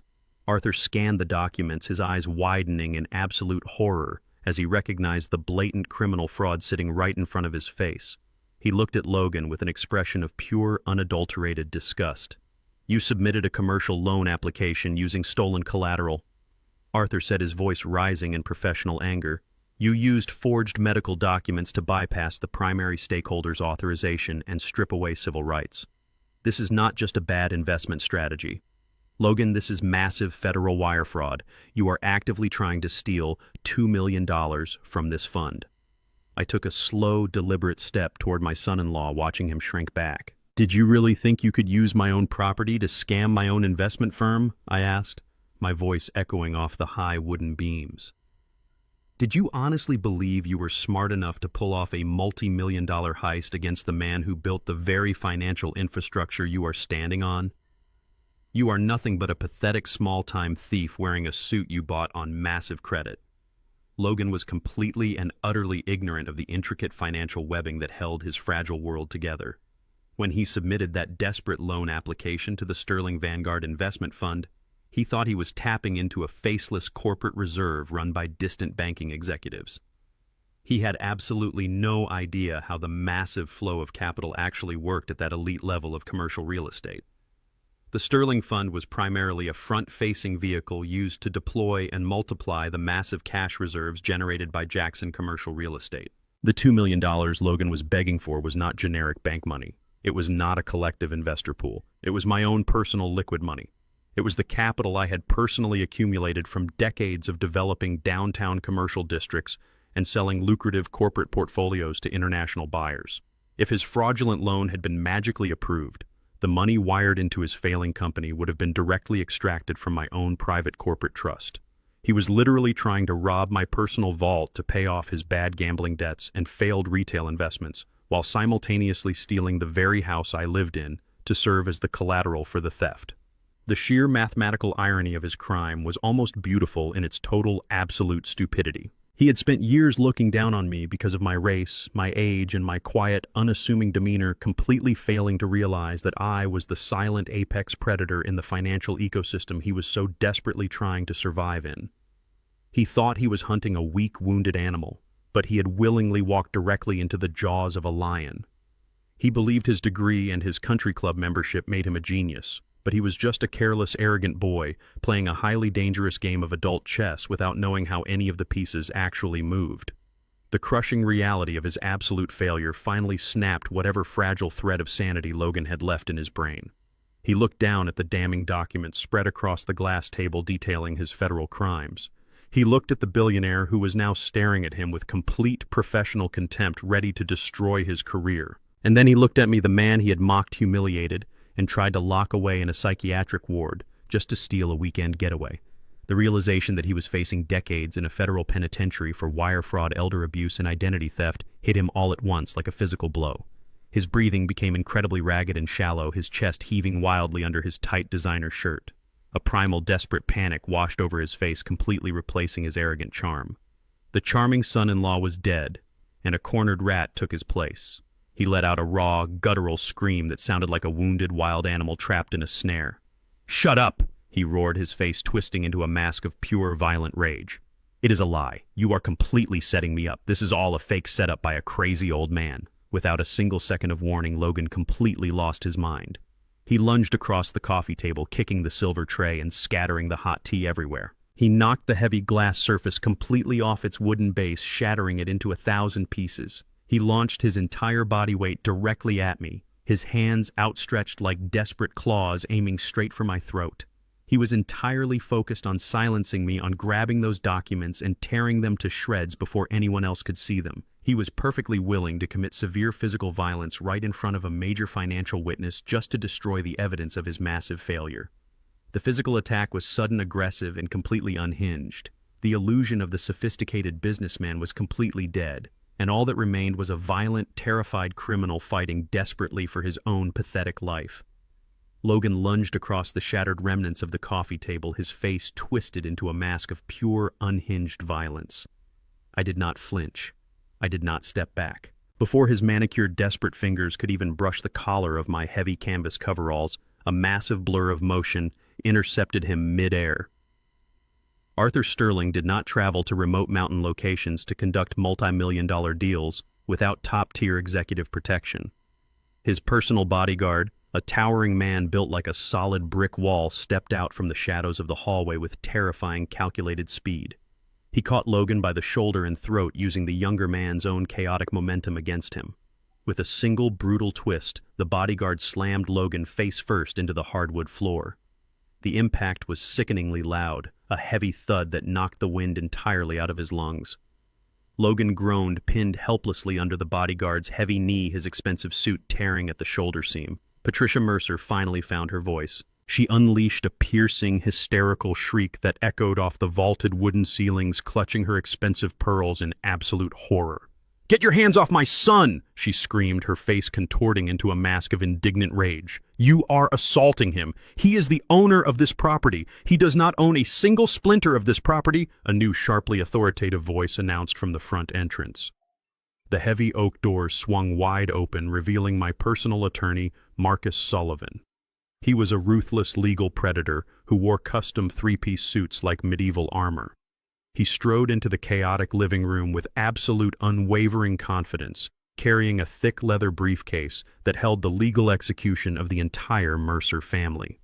2 armed private security contractors followed closely behind him, taking up strategic positions by the exits, their hands resting on their duty belts. Patricia took a sudden step back, her aggressive shrieks dying in her throat as she realized the drastic shift in the power dynamic. "Who the hell are you?" Richard Mercer demanded, trying to puff out his chest and project the authority of a wealthy patriarch. Though his voice wavered with uncertainty, Sullivan did not even grant Richard the dignity of a glance. He walked straight to the center of the room, stepping carefully over the shattered glass of the coffee table, and looked down at Logan, who was still pinned to the floor, gasping for air like a landed fish. "I am Marcus Sullivan, Chief Legal Counsel for Mr. Miles Jackson and the Jackson Commercial Real Estate Enterprise," he stated, his voice carrying the lethal precision of a sniper rifle. "And as of 9 o'clock this morning, the fraudulent power of attorney document you forced my client to sign under heavy medical sedation has been legally and permanently revoked by a federal judge." Sullivan popped open his briefcase and pulled out a thick stack of court-stamped documents, dropping them next to Logan's face. "Furthermore, Mr. Mercer, based on the overwhelming digital evidence of interstate wire fraud, identity theft, and attempted financial extortion submitted to the federal authorities earlier today, an emergency injunction has been executed.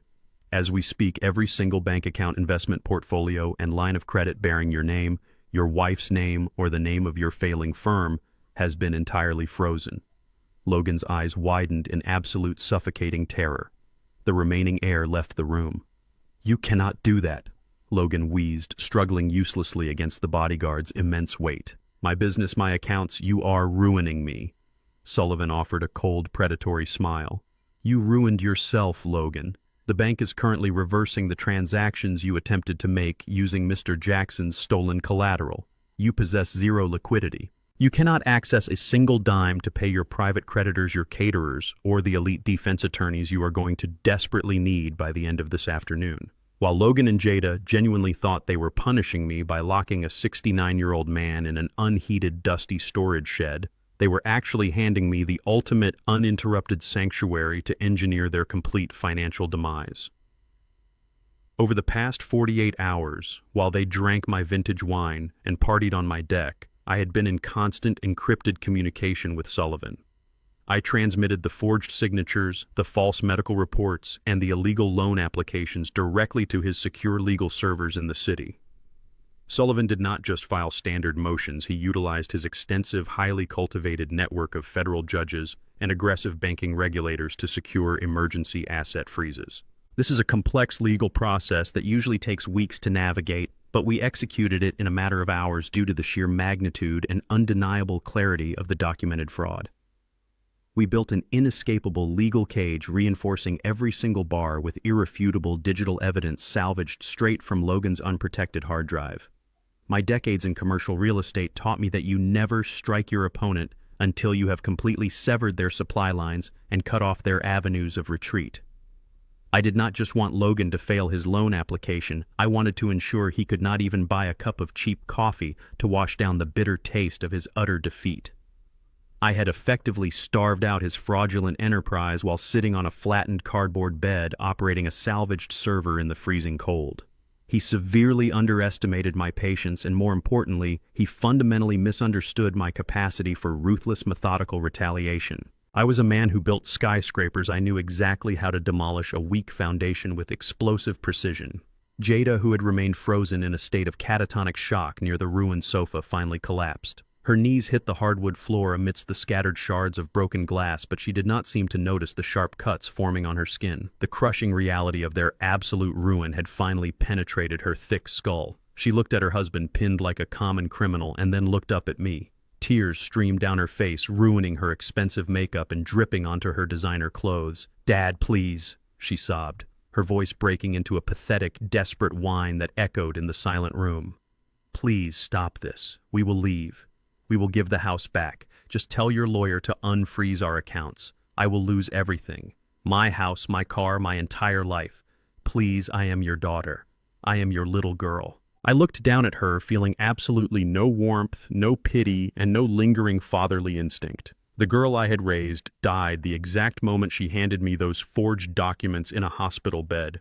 "You stopped being my daughter the moment you decided my life was an acceptable sacrifice for your social status," I said, my voice completely devoid of emotion, as cold as the mountain wind.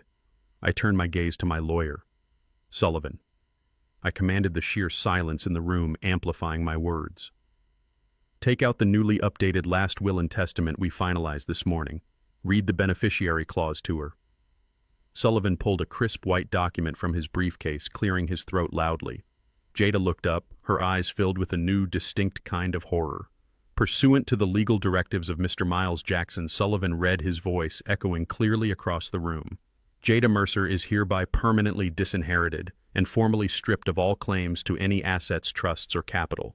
The entirety of the estate will be transferred immediately to the Jackson Foundation for Orphaned Youth. Jada let out a gut-wrenching wail. The financial execution was officially complete.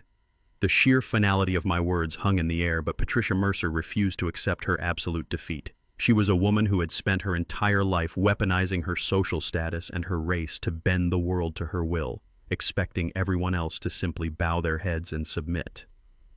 She looked at Logan pinned to the hardwood floor by Arthur Sterling's massive bodyguard, and then glared at me with absolute venomous hatred. She reached into her expensive designer purse and pulled out her gold-plated smartphone. Her hands were shaking uncontrollably, but her profound entitlement was perfectly intact. She punched 3 numbers into the glowing screen with aggressive force and raised the phone to her ear. She demanded emergency police assistance immediately, screaming into the receiver with a voice dripping with calculated hysteria. She told the dispatcher she was at a luxury mountain estate and that her family was being held hostage by a violent and deranged black man. She completely fabricated a story claiming I had hired armed thugs to assault her successful son and was currently attempting to extort millions of dollars from their innocent family. She demanded they send multiple units right now before I killed them all. She hung up the phone and pointed a perfectly manicured finger directly at my face. She hissed triumphantly that I was going to spend the rest of my miserable life in a tiny concrete cell. She proudly declared that the police were coming to drag me away like a violent animal, and that my pathetic attempt to ruin them had just backfired permanently. I did not move a single muscle to stop her from making that frantic emergency call. I simply stood there with my hands resting comfortably in the pockets of my heavy canvas coveralls, watching her fully commit to her own magnificent delusion. Sullivan let out a dry, humorless chuckle and checked his expensive silver watch, while the private security contractors remained perfectly still by the main exits, completely unbothered by her dramatic threats. Jada was still crying on the floor, but she looked up with a sudden spark of pathetic hope, genuinely thinking her powerful mother-in-law had just saved the day. The tense, suffocating silence in the room was eventually shattered by the distant but unmistakable wail of heavy sirens echoing up the winding mountain road. The sounds multiplied, growing louder and significantly more aggressive as a convoy of heavy vehicles sped up the private corporate driveway I had specifically left open for their arrival. The flashing red and blue lights painted the walls of my living room, creating a chaotic disco of impending justice. Heavy boots slammed onto the wooden porch, and the front doors were pushed open entirely. 4 imposing men strode into the room, but they were not wearing the standard blue uniforms of the local county sheriff's department. They wore dark tactical gear with heavy ballistic vests and large yellow letters stenciled aggressively across their chests. Patricia stepped forward, instantly pointing her finger directly at my chest again with an arrogant, triumphant smirk. She demanded they arrest me right now using her shrill, commanding voice. She insisted I organized a violent assault against her innocent son and was attempting a massive financial extortion. She ordered them to throw me in handcuffs and get me out of her house immediately.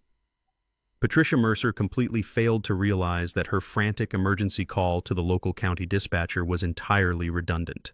The heavily armed men storming into my living room were not local police responding to a distressed, wealthy white woman. They were elite federal agents from the white-collar crime division of the Federal Bureau of Investigation. When I sat in the freezing storage shed and hit send on that highly encrypted email, I did not just send a generic anonymous tip to a public police hotline.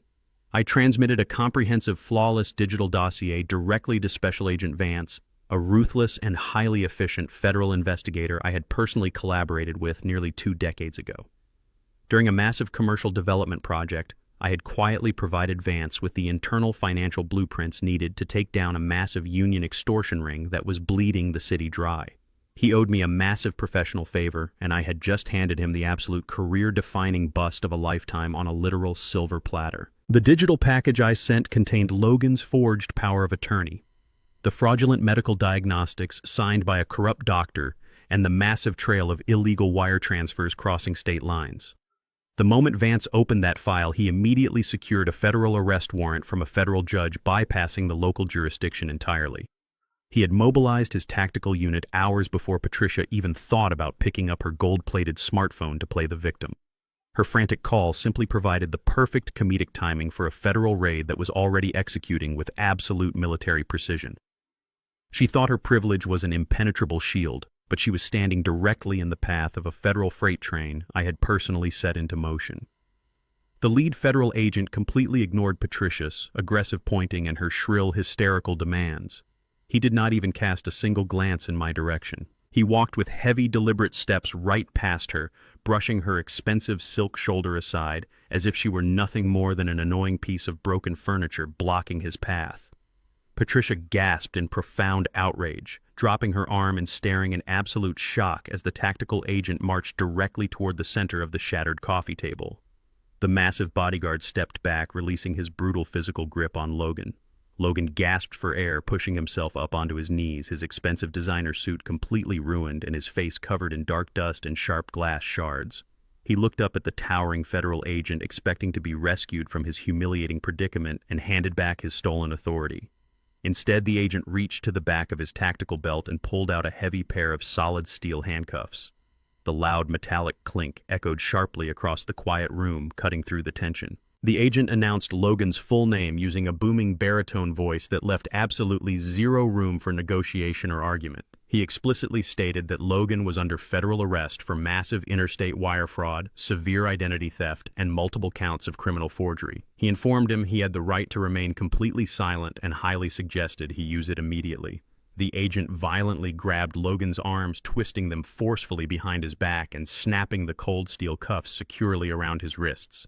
Patricia let out a blood-curdling scream, finally realizing the authorities had not come to save her family, but to drag her precious son away to a federal penitentiary. The final curtain had officially fallen on their grand illusion. The elite federal agents hauled Logan off the shattered glass of the living room floor and dragged him roughly toward the front door. His expensive custom-tailored suit hung off his shoulders like a dirty, discarded rag completely ruined by the struggle. He stumbled blindly and dragged his feet entirely drained of his usual arrogant swagger and false bravado. The Grand Mercer family reunion had instantly transformed into a chaotic and active federal crime scene right before their eyes. The 20 entitled guests who had been demanding premium catering and vintage wine just an hour ago were now scrambling in pure, absolute panic. They grabbed their expensive coats and fled the cabin like desperate rats fleeing a sinking ship, terrified of being associated with a major federal fraud investigation. Patricia followed the tactical agents out to the wooden porch, wailing loudly and clawing at her perfectly styled hair. She begged the federal agents to let her precious boy go, completely ignoring the massive reality that he had actively tried to steal millions of dollars. The blinding red and blue lights of the tactical vehicles illuminated the dark mountain, casting long, erratic shadows across the crushed gravel. Logan was shoved unceremoniously into the back of a heavily armored federal transport vehicle. The heavy solid steel door slammed shut, echoing through the trees with the undeniable sound of absolute finality. Richard Mercer watched his only son get locked inside the dark federal vehicle, his face turning a blotchy, furious shade of purple. He finally snapped out of his cowardly, shocked silence and marched aggressively toward the lead federal agent. He pulled a thick leather-bound checkbook from his breast pocket, trying desperately to project the fake authority of a wealthy, untouchable patriarch. He attempted to buy his way out of a catastrophic legal situation, assuming his fake money could solve any problem. He demanded to know the exact bail amount, insisting he would write a massive corporate check right there on the hood of the tactical vehicle to secure Logan's immediate release. He yelled frantically that his family had highly powerful lawyers on retainer and that this entire violent raid was a massive misunderstanding that would be easily resolved by morning. Sullivan, my ruthless personal attorney, stepped out onto the porch and let out a loud, mocking laugh that cut sharply through the crisp mountain air.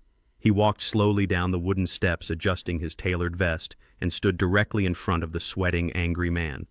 Sullivan informed him with a razor-sharp, predatory smile that federal wire fraud and severe identity theft do not come with a convenient roadside bail option. He told Richard to put his completely useless checkbook away because the fancy paper it was printed on was currently worth significantly more than his entire corporate enterprise. Sullivan explicitly revealed that the emergency federal injunction I had meticulously triggered earlier that morning did not just target Logan's personal bank accounts. Because Richard had foolishly co-signed several initial business loans for Logan's failing investment fund, his own corporate holding accounts were now deeply and permanently entangled in the massive federal fraud investigation. Sullivan proudly announced that the Federal Banking Commission had already completely frozen every single asset, investment, and credit line bearing the Mercer family name. Richard stared at the lawyer, his hand trembling so violently he dropped his expensive gold pen onto the dirt. He stammered uncontrollably, insisting that his logistics company was completely separate and legally untouchable. Sullivan took a step closer and informed him that the federal banks had already initiated aggressive clawback procedures to recover the stolen capital. Richard had absolutely zero liquidity left to his name anywhere in the world. He could not bail out his criminal son, he could not hire a high-powered federal defense attorney, and he could not even afford to buy a cheap motel room for his family to sleep in tonight. The immense financial fortress the Mercers had used to blindly bully and intimidate the world for decades was completely and utterly leveled to the dirt. When I sat in that freezing, dusty storage shed organizing the digital files salvaged from Logan's entirely unprotected hard drive, I did not just focus on his immediate sloppy attempt to steal my mountain cabin. I spent my entire career building massive commercial real estate empires and managing billion-dollar budgets, so I knew exactly how to trace the hidden toxic roots of corporate debt. I quickly discovered that Richard's supposedly highly successful logistics company was nothing more than a fragile hollow shell completely propped up by toxic, fraudulent loans generated by Logan's failing investment fund. They were constantly moving fake money back and forth between their personal and corporate accounts to create the absolute illusion of massive generational wealth. They honestly thought they were brilliant financial geniuses running a sophisticated high-level shell game that no one would ever notice. I knew that simply stopping Logan from stealing my property would only be a temporary minor victory. They would eventually regroup, find another vulnerable target to aggressively exploit, and continue their parasitic lifestyle. I decided to initiate a total, completely scorched earth legal protocol to ensure they never harmed anyone else ever again. By meticulously mapping out their deeply interconnected banking structure and handing that precise digital roadmap directly to the highest federal authorities, I ensured that the resulting asset freeze would spread like a highly aggressive fatal virus through their entire financial ecosystem. I did not just cut off a single annoying branch of their toxic family tree, I poisoned the deep roots and heavily salted the earth so absolutely nothing would ever grow there again. They looked at my skin color, my age, and my quiet, unassuming demeanor and naturally assumed I was too ignorant to understand their sophisticated white-collar crimes. They completely failed to realize that I was the exact seasoned corporate architect who originally designed the very banking security protocols they were so foolishly and arrogantly trying to bypass. Richard fell heavily to his knees in the crushed gravel, completely broken by the sudden violent vaporization of his entire fake empire. Patricia stopped her shrill wailing and stared at her defeated husband in absolute horrifying disbelief, finally realizing she was now completely penniless and utterly homeless. The sheer magnitude of their sudden destruction was absolute, but my highly calculated vengeance was not quite finished yet.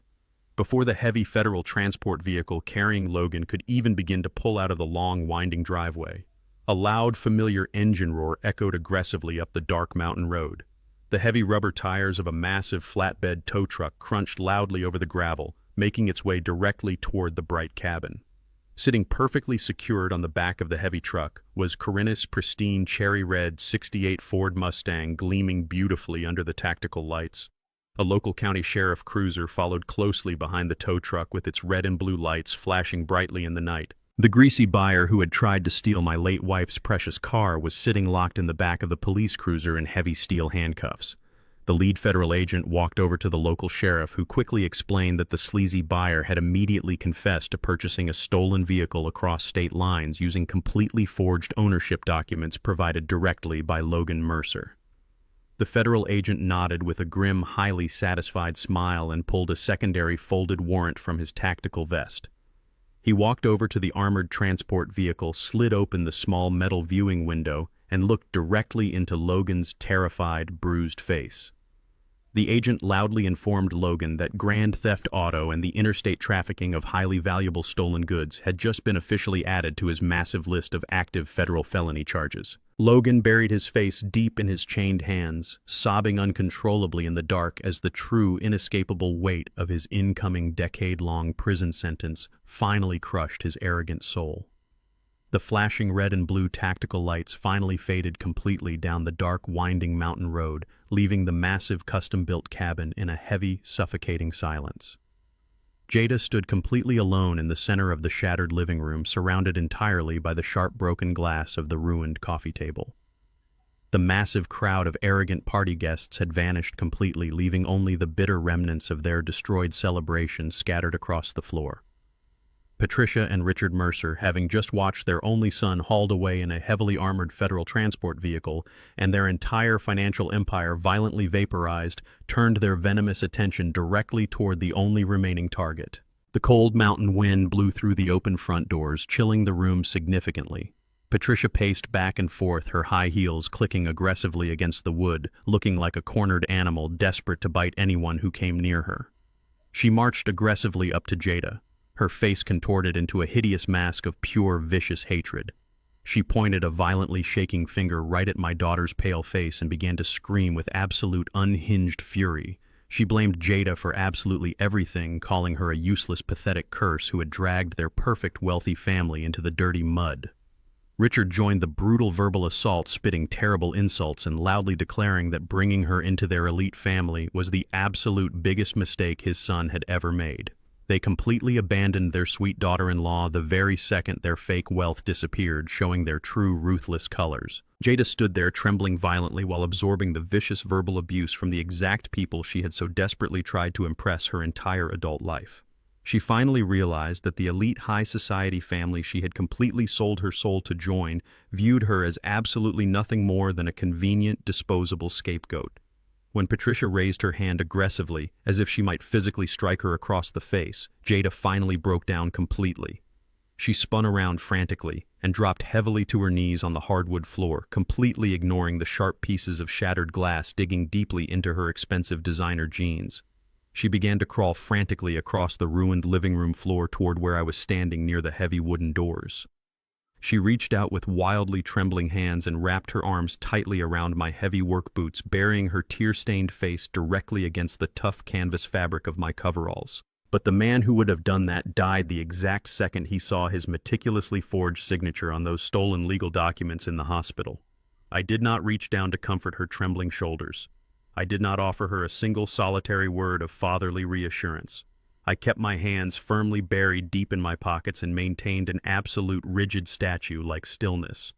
I looked over at Sullivan, who stood silently observing the pathetic scene with cold, clinical, professional detachment. I slowly and deliberately pulled my heavy work boot out from her desperate, grasping hands, taking a firm, solid step backward.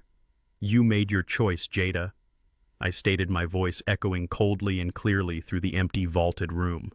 "You eagerly abandoned the father who built your entire life from scratch just so you could desperately please these horrible fake people."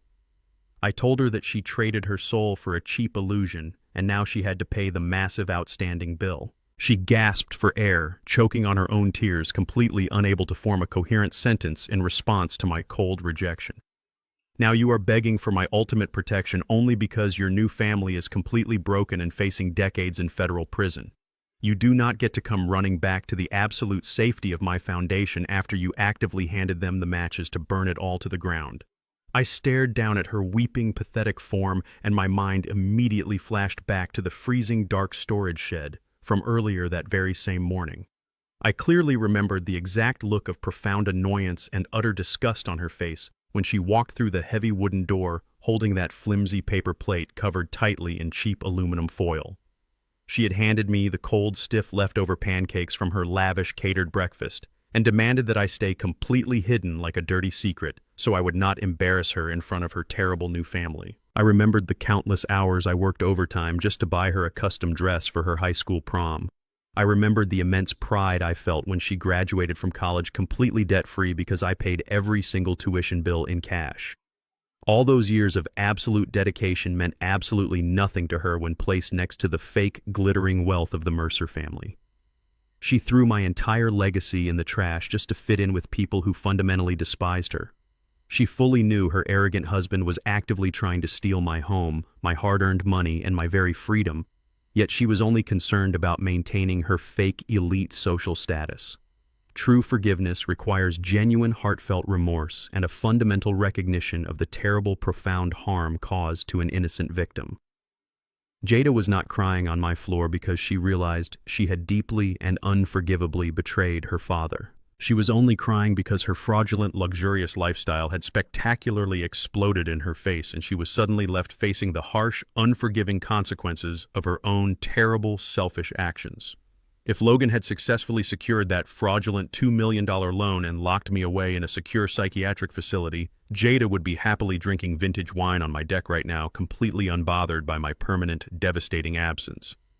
She would have gladly spent my hard-earned money without a single shred of guilt or hesitation.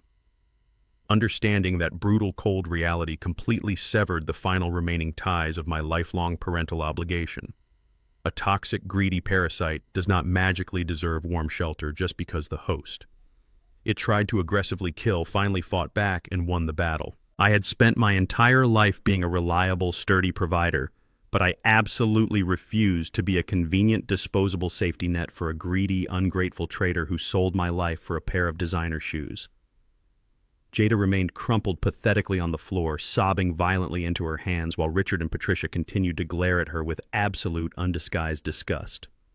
Before I could instruct my private security team to physically remove the remaining hostile Mercers from my private property, the heavy wooden front doors swung open once again with a loud thud. The lead tactical federal agent from the white-collar crime division stepped back into the cabin, his heavy tactical boots crunching loudly on the broken glass scattered across the rug. He completely ignored the furious glaring of the Mercer parents and walked with deliberate, aggressive purpose directly toward my daughter. Jada slowly lifted her tear-stained face, looking up at the imposing federal officer with absolute blind panic swimming in her eyes. The agent reached into the breast pocket of his heavy ballistic vest and pulled out a thick folded legal document sealed tightly in a sturdy brown manila envelope.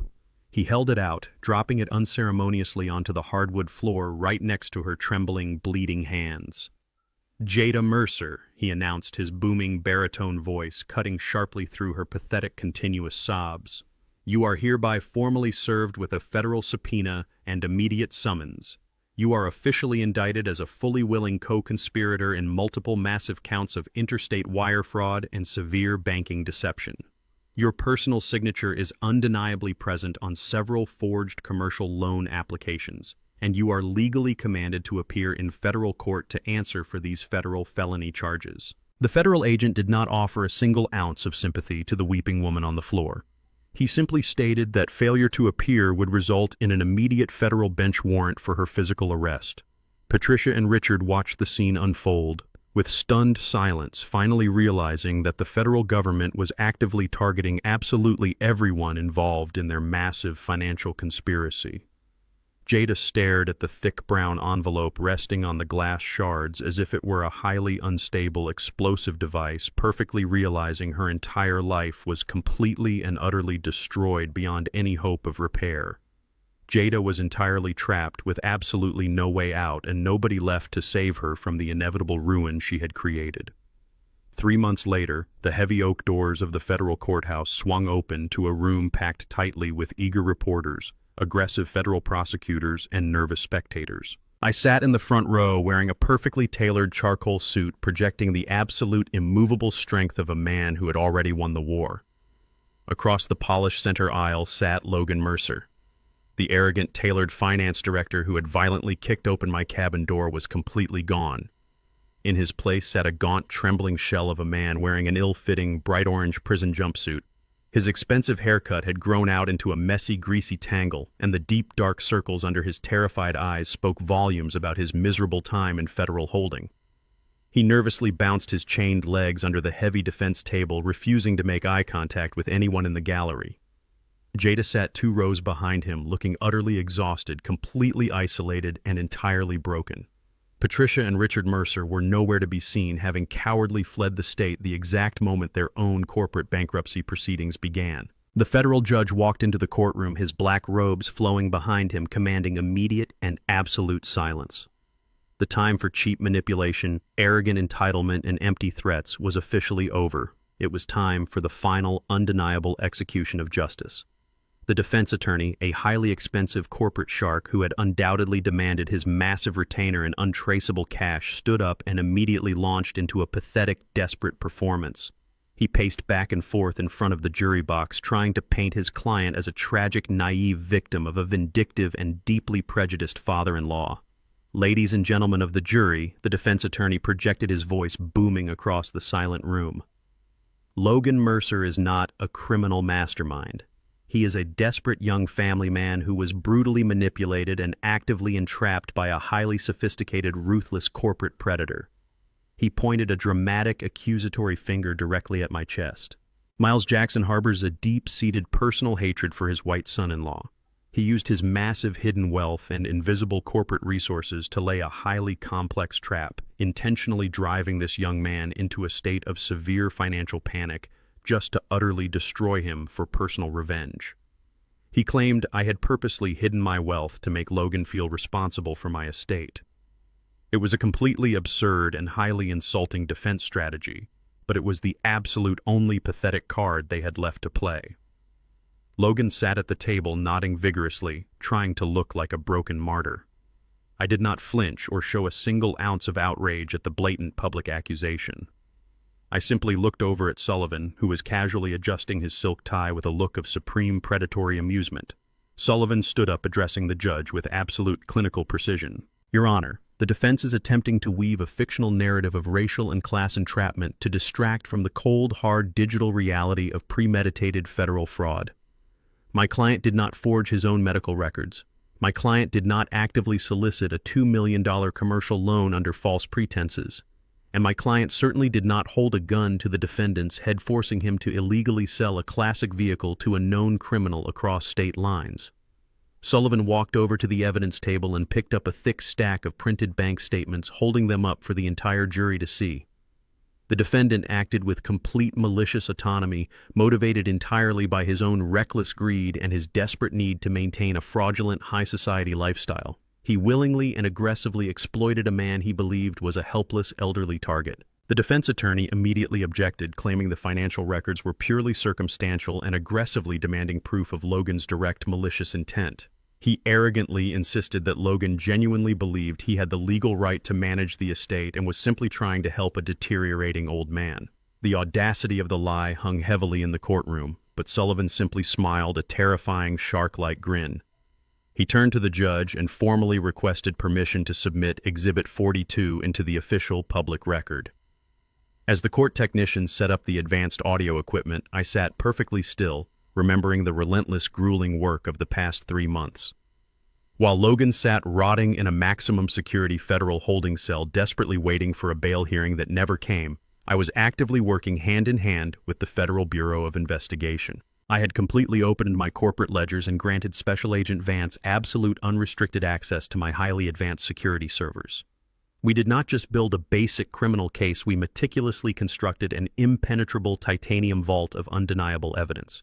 We tracked every single fraudulent wire transfer, every single bounced corporate check, and every single illegal signature directly back to Logan's personal encrypted devices. I used my extensive corporate network to uncover the dark web proxy servers he used to hire the corrupt Dr. Eris Thorne, who had already accepted a brutal plea deal and agreed to testify directly against Logan to save himself from a maximum sentence. We completely dismantled his entire financial ecosystem, tracing the toxic debt back to the exact moment he realized his retail investment fund was violently collapsing. I spent countless hours in sterile, bright interrogation rooms helping the federal prosecutors connect the complex digital dots. I refused to leave a single legal loophole or a single shadow of a doubt for any expensive defense attorney to exploit. The buyer of Corinne's classic Mustang had also flipped, providing written testimony that Logan bragged about stealing the car from his senile father-in-law.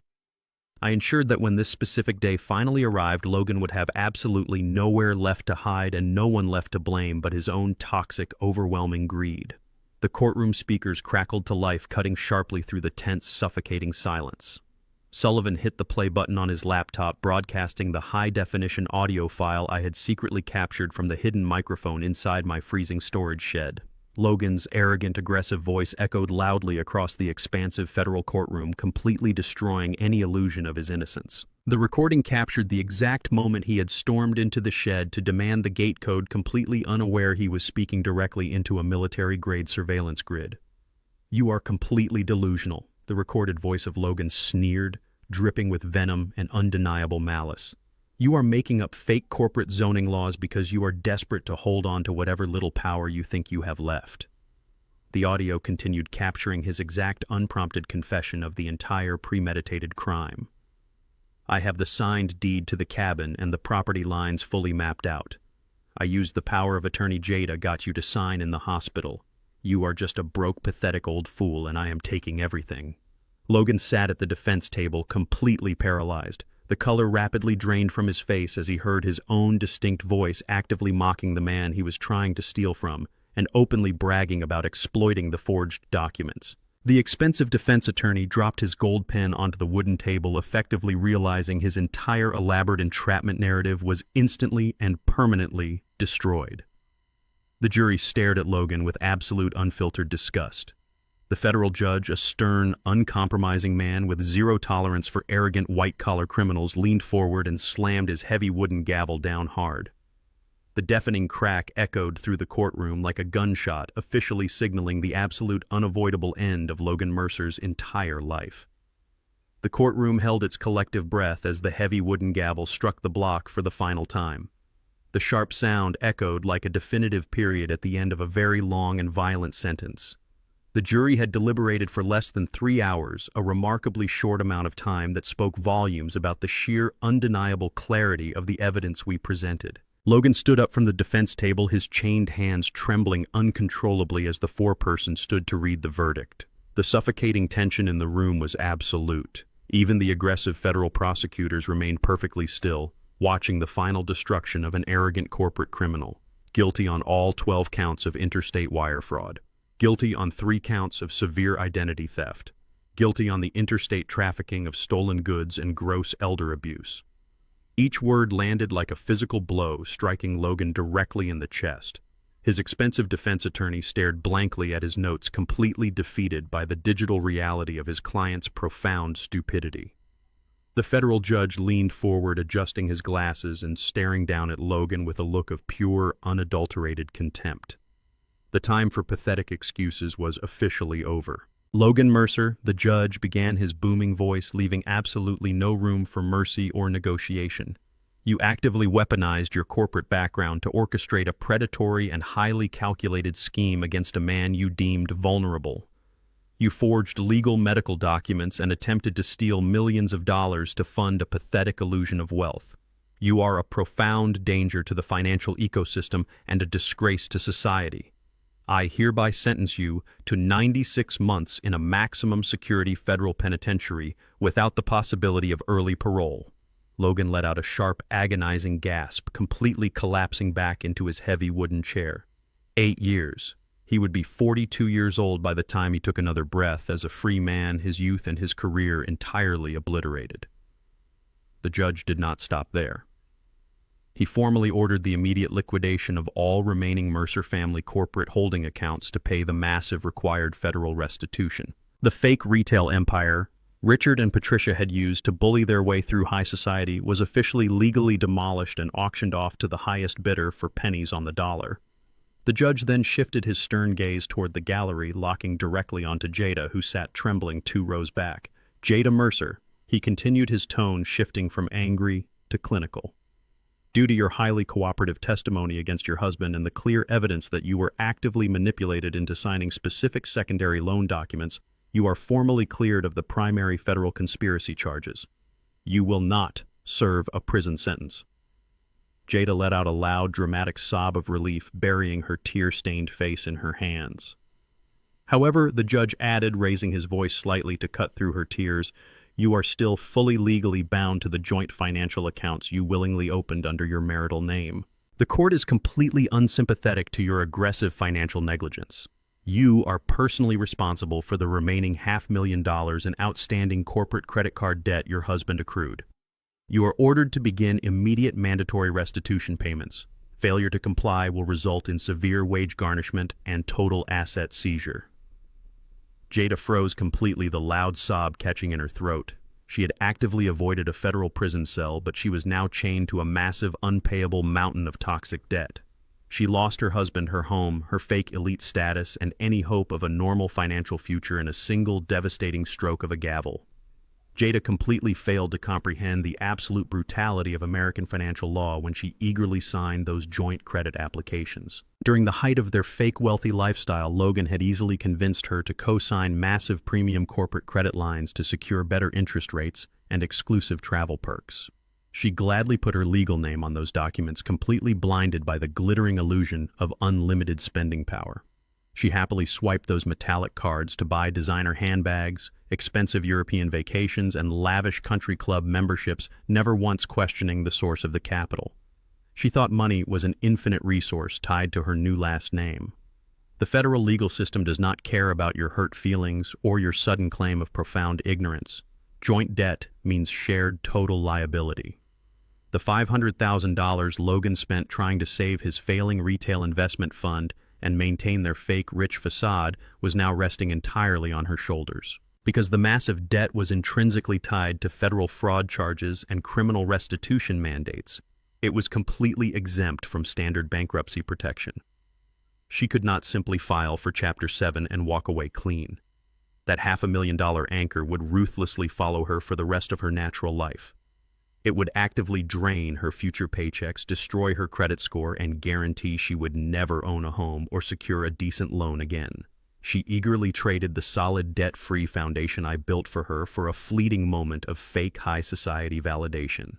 Now she was completely enslaved by the exact financial system she had so arrogantly tried to manipulate to destroy her own father.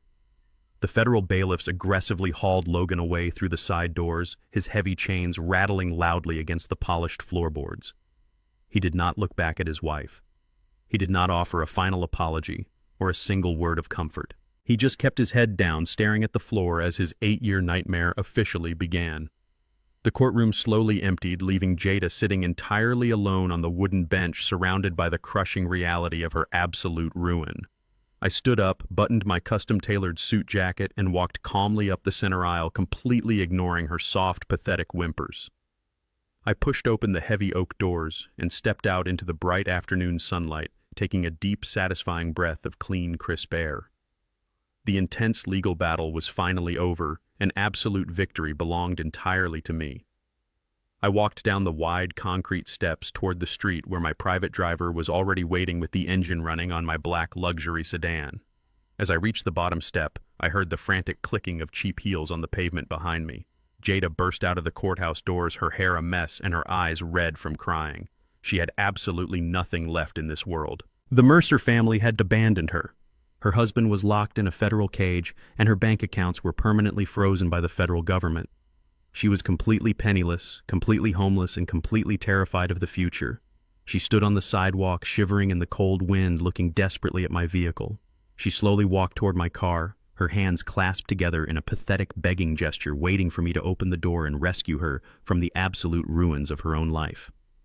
I reached the polished black door of my waiting luxury sedan, the sleek metal reflecting the harsh afternoon sun piercing through the city skyline.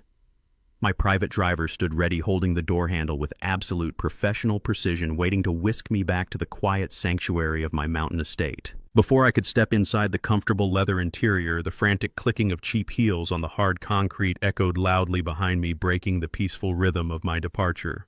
Jada threw her exhausted body violently between me and the open car door, her hands pressed flat against the tinted glass as if she could physically stop me from leaving her behind. Her expensive designer clothes were thoroughly rumpled and deeply stained with tears. Her immaculate makeup was completely ruined by hours of hysterical crying inside the tense federal courtroom. She looked absolutely nothing like the arrogant, highly entitled woman who had marched into my cabin just 3 months ago, demanding my immediate eviction. "Dad, please wait," she hyperventilated, her voice cracking into a desperate, pathetic rasp that drew the attention of passing pedestrians. "The federal bank took the luxury condo this morning. I have absolutely zero money left to my name and nowhere to sleep tonight. Please, just let me come back to the cabin with you. I promise I will do whatever you want. I will clean the hardwood floors." I will cook your meals. I will earn my keep. Just please take me home. I stood perfectly still on the busy city sidewalk, completely unfazed by her dramatic public breakdown. Suit-clad lawyers and court officials glanced in our direction, but I did not care about the public spectacle she was creating. I looked down at the weeping woman blocking my path, feeling absolutely no parental urge to comfort her or solve her self-inflicted massive crisis. That cabin is my private home, Jada. I stated, my voice dangerously calm and utterly devoid of any warmth. It is not a homeless shelter for convicted federal accomplices, and it is certainly not a convenient backup plan for a traitor who actively tried to destroy my entire life. She gasped violently, tears streaming endlessly down her face, and grabbed the tailored sleeve of my custom jacket. "Dad, it was all Logan," she cried out, desperately trying to shift the entire weight of her guilt onto her imprisoned husband. "He lied to me about everything. He manipulated my signature on those banking documents. I did not know how truly evil his financial plan was. I just wanted us to be a successful, powerful family." I reached out and firmly removed her trembling hand from my suit, smoothing the expensive fabric with cold, clinical precision. "Do not insult my intelligence by playing the innocent, naive victim right now," I replied sharply, cutting completely through her pathetic wall of excuses. "You stood in my freezing storage shed and handed me cold leftover pancakes like I was a stray dog. You looked me dead in the eye and demanded I sacrifice my hard-earned property so your arrogant husband could pay off his massive hidden gambling debts. You only care that Logan is a dangerous criminal because he got caught and you lost access to the stolen money. If he had successfully stolen my $2 million equity and locked me away in a secure psychiatric ward, you would be happily spending my cash on a designer vacation in Europe right this exact second without a single thought about my miserable existence in a padded room." Jada shrank back against the side of the car as if I had physically struck her across the face. She knew my assessment was absolutely brutally accurate and impossible to deny. "But I am your daughter," she whined, repeating the only meaningless card she had left to play in this desperate game. "I am your own flesh and blood. You cannot just leave me out here on the cold street to starve. You are a father. You are supposed to protect me unconditionally." I stared at her tear-stained face, and my mind immediately drifted back to a quiet, sterile hospital room exactly 5 years ago. I was sitting tightly beside Karina's bed, holding her frail, delicate hand as the aggressive cancer slowly and ruthlessly took her away from me. We both knew the end was imminent, and we were sharing our final honest truths before she passed. Corinne had always possessed a sharp, piercing intuition about people, especially regarding the deep flaws of our own daughter. She looked at me with her tired, beautiful eyes and gave me one final crucial piece of advice that I had foolishly ignored until this very definitive moment. "Miles," she had whispered, her voice weak but carrying the immense weight of absolute certainty, "you have always worked way too hard to give Jada the entire world, but you cannot simply buy a person a solid moral compass. She is completely consumed by a desperate, endless need for superficial validation from people who do not matter. When I am gone, do not let your deep grief turn you into a blind financial enabler. Unconditional love does not mean endlessly funding someone else's toxic greed, and family loyalty does not mean allowing yourself to be actively destroyed by your own blood. If she ever fully chooses darkness and betrays our values, you must find the incredible strength to close the heavy door and let her face the freezing cold." I had spent the last 5 years desperately trying to avoid that harsh reality, burying my head in the sand and throwing massive amounts of money at her problems, hoping she would eventually mature into a decent human being. But Corinne was entirely right. Jada had completely surrendered to the toxic, superficial rot of the Mercer family, and no amount of my hard-earned money was ever going to magically fix her deeply corrupted character. She had crossed a fatal boundary that could never be uncrossed. I focused my sharp attention back on the broken woman sobbing frantically on the concrete sidewalk. The blinding clarity of Corinne's final warning completely shielded my heart from any lingering emotional manipulation. "You eagerly chose a life of fake luxury and ruthless deceit over the father who loved and provided for you," I said, my voice carrying the absolute finality of a federal judge reading a permanent death sentence. "You desperately wanted to play high-stakes corporate games with arrogant financial predators, and now you have to pay the ultimate devastating price for losing that game." Jada fell heavily to her knees on the dirty pavement, her hands clasped tightly together in a final pathetic begging gesture. "Dad, "Please, what am I supposed to do now?" she wailed, her voice echoing loudly off the tall concrete buildings surrounding us. I looked down at her completely empty-handed and utterly ruined by her own massive greed. I vividly remembered the exact arrogant words Logan had used when he first kicked open my cabin door demanding I make room for his terrible family. I remembered the calm, simple phrase I had offered him in return, right before they unleashed this massive, catastrophic war against me. "Pack your bags, Jada," I said, my voice dropping to a freezing razor-sharp whisper. She looked up at me in sheer total confusion, her heavy tears stopping for a fraction of a second. "But I do not have any bags left," she choked out, her voice shaking violently in the wind. "The federal bank literally took everything I own." I offered her a single cold and completely unsympathetic smile, looking down at her ruined designer shoes. "Then I highly suggest you start walking," I replied, turning my back on her forever. I stepped smoothly into the luxurious leather interior of my waiting sedan, and my private driver immediately closed the heavy solid door, sealing me safely inside my fortress. The thick tinted window slowly rolled up, completely silencing her frantic, desperate screams from the outside world. The powerful engine roared to life, and the vehicle pulled smoothly away from the curb, merging into the busy city traffic, leaving Jada Mercer entirely alone to rot on the cold, unforgiving sidewalk. The long drive back up the winding mountain road was the most peaceful journey I had experienced in months. My private driver navigated the heavy luxury sedan smoothly around the sharp curves, leaving the toxic noise and the concrete aggression of the city far behind us. We passed through the lower security gate, the exact same fortified checkpoint where Logan had violently lost his mind trying to force his way through just weeks ago. The armed private security guards offered a respectful, crisp nod as we rolled slowly past their reinforced station. As we pulled into the long, crushed gravel driveway of my expansive estate, the profound silence of the mountain welcomed me like an old familiar friend. The chaotic swarm of aggressive luxury vehicles and the loud, obnoxious shouting of the deeply entitled Mercer family were completely gone, erased as if they had never existed. The heavy lingering scent of cheap designer cologne and burnt premium catering food had been entirely scrubbed clean by the crisp, high-altitude wind blowing through the towering pines. I stepped out of the warm leather interior of the vehicle and stood entirely alone on the pristine leveled driveway, looking up at the massive custom-built oak cabin. It stood tall, solid, and completely unbothered by the pathetic temporary invasion it had recently endured. The massive wooden beams and the hand-carved stone chimney projected an aura of absolute permanence. The sanctuary was finally officially mine again, and the foul presence of those greedy parasites had been entirely eradicated from my sacred ground. I walked up the wide wooden steps to the expansive wraparound porch, my heavy work boots thudding solidly and rhythmically against the thick, treated timber. I stopped directly in front of the heavy main double doors and stared at the sleek, flashing digital smart lock Logan had arrogantly installed to lock me out of my own home in the freezing cold. Its glowing red keypad felt like a disgusting technological parasite clinging desperately to the beautiful natural wood I had personally selected, milled, and stained 2 decades ago. I did not bother punching in a master code to bypass his pathetic, vulnerable system. I walked around the perimeter of the deck to the side of the house, entered through the utilitarian mudroom, and walked straight to my heavy-duty tool chest. I grabbed a thick, heavy steel crowbar, a high-powered cordless drill, and a specialized set of metal extractors.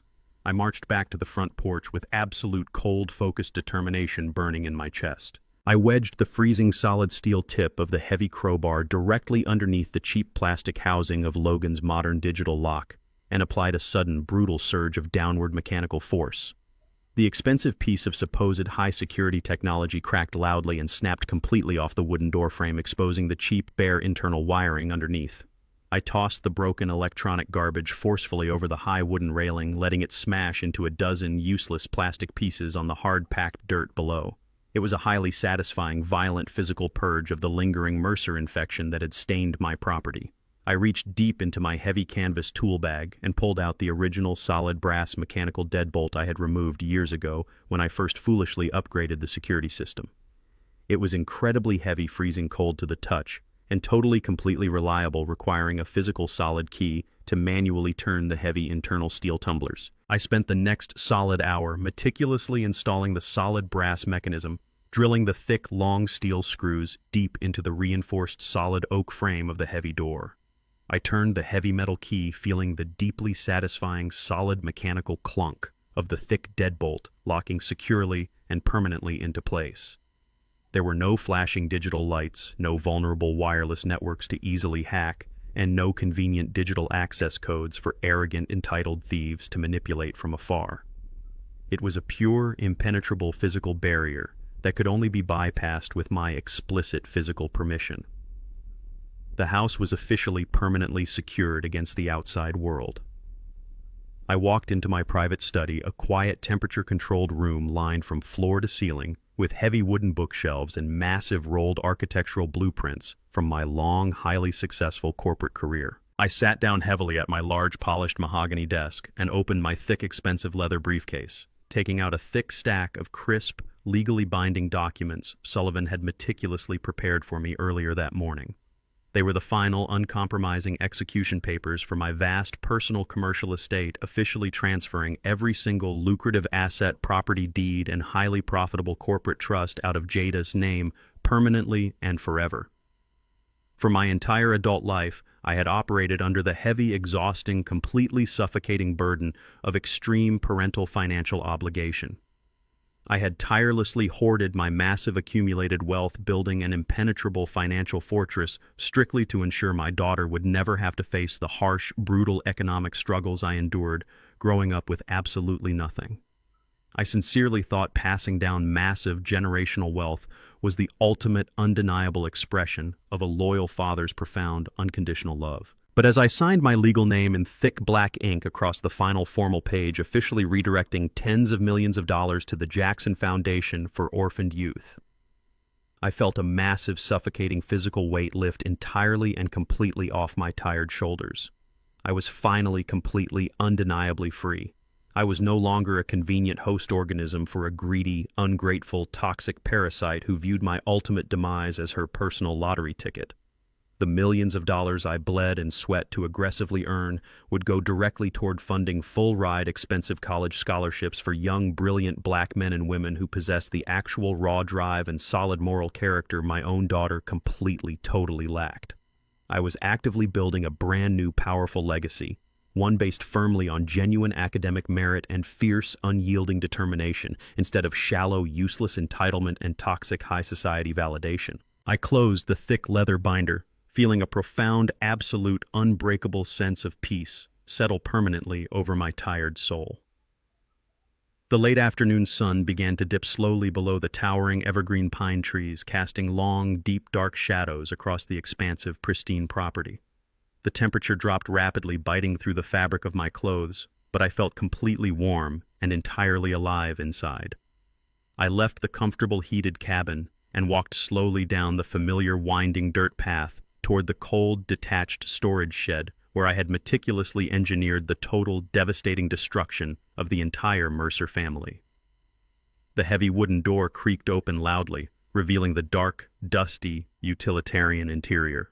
The makeshift, uncomfortable cardboard bed was still sitting pathetically in the far corner, surrounded by the heavy, humming server racks and the false wooden security wall I had built. I began breaking down the flattened cardboard boxes and systematically gathering the old, heavy moving blankets, intending to completely, thoroughly erase any lingering physical evidence of my temporary, humiliating exile. As I lifted the heavy plastic storage bin to slide it back into its proper place, a small, square, heavy object slipped out from beneath the thick canvas tarp and fell softly onto the hard, cold concrete floor, making a gentle tapping sound. I slowly knelt down, my joints popping slightly in the cold air, and picked up the small, solid silver picture frame. It was the absolute only personal, sentimental item I had managed to secretly sneak into the freezing shed when Logan aggressively locked me out in the bitter cold. It was an old, faded, beautiful photograph of Corinne taken during our very first summer on this exact mountain, long before the massive cabin was even fully built. She was smiling brightly at the camera, her natural hair blowing wildly and freely in the mountain wind, looking incredibly happy and utterly at peace with the world. Logan had carelessly, violently kicked this exact plastic bin during his explosive temper tantrum in the shed, nearly shattering the fragile glass protecting her beautiful, smiling face. I wiped a thin layer of gray dust from the smooth, cold glass, staring deeply at the woman who had wisely warned me about absolutely everything that had just violently, forcefully transpired. I held her preserved image tightly against my chest, feeling a sudden, overwhelming, completely unexpected surge of powerful, deep emotion.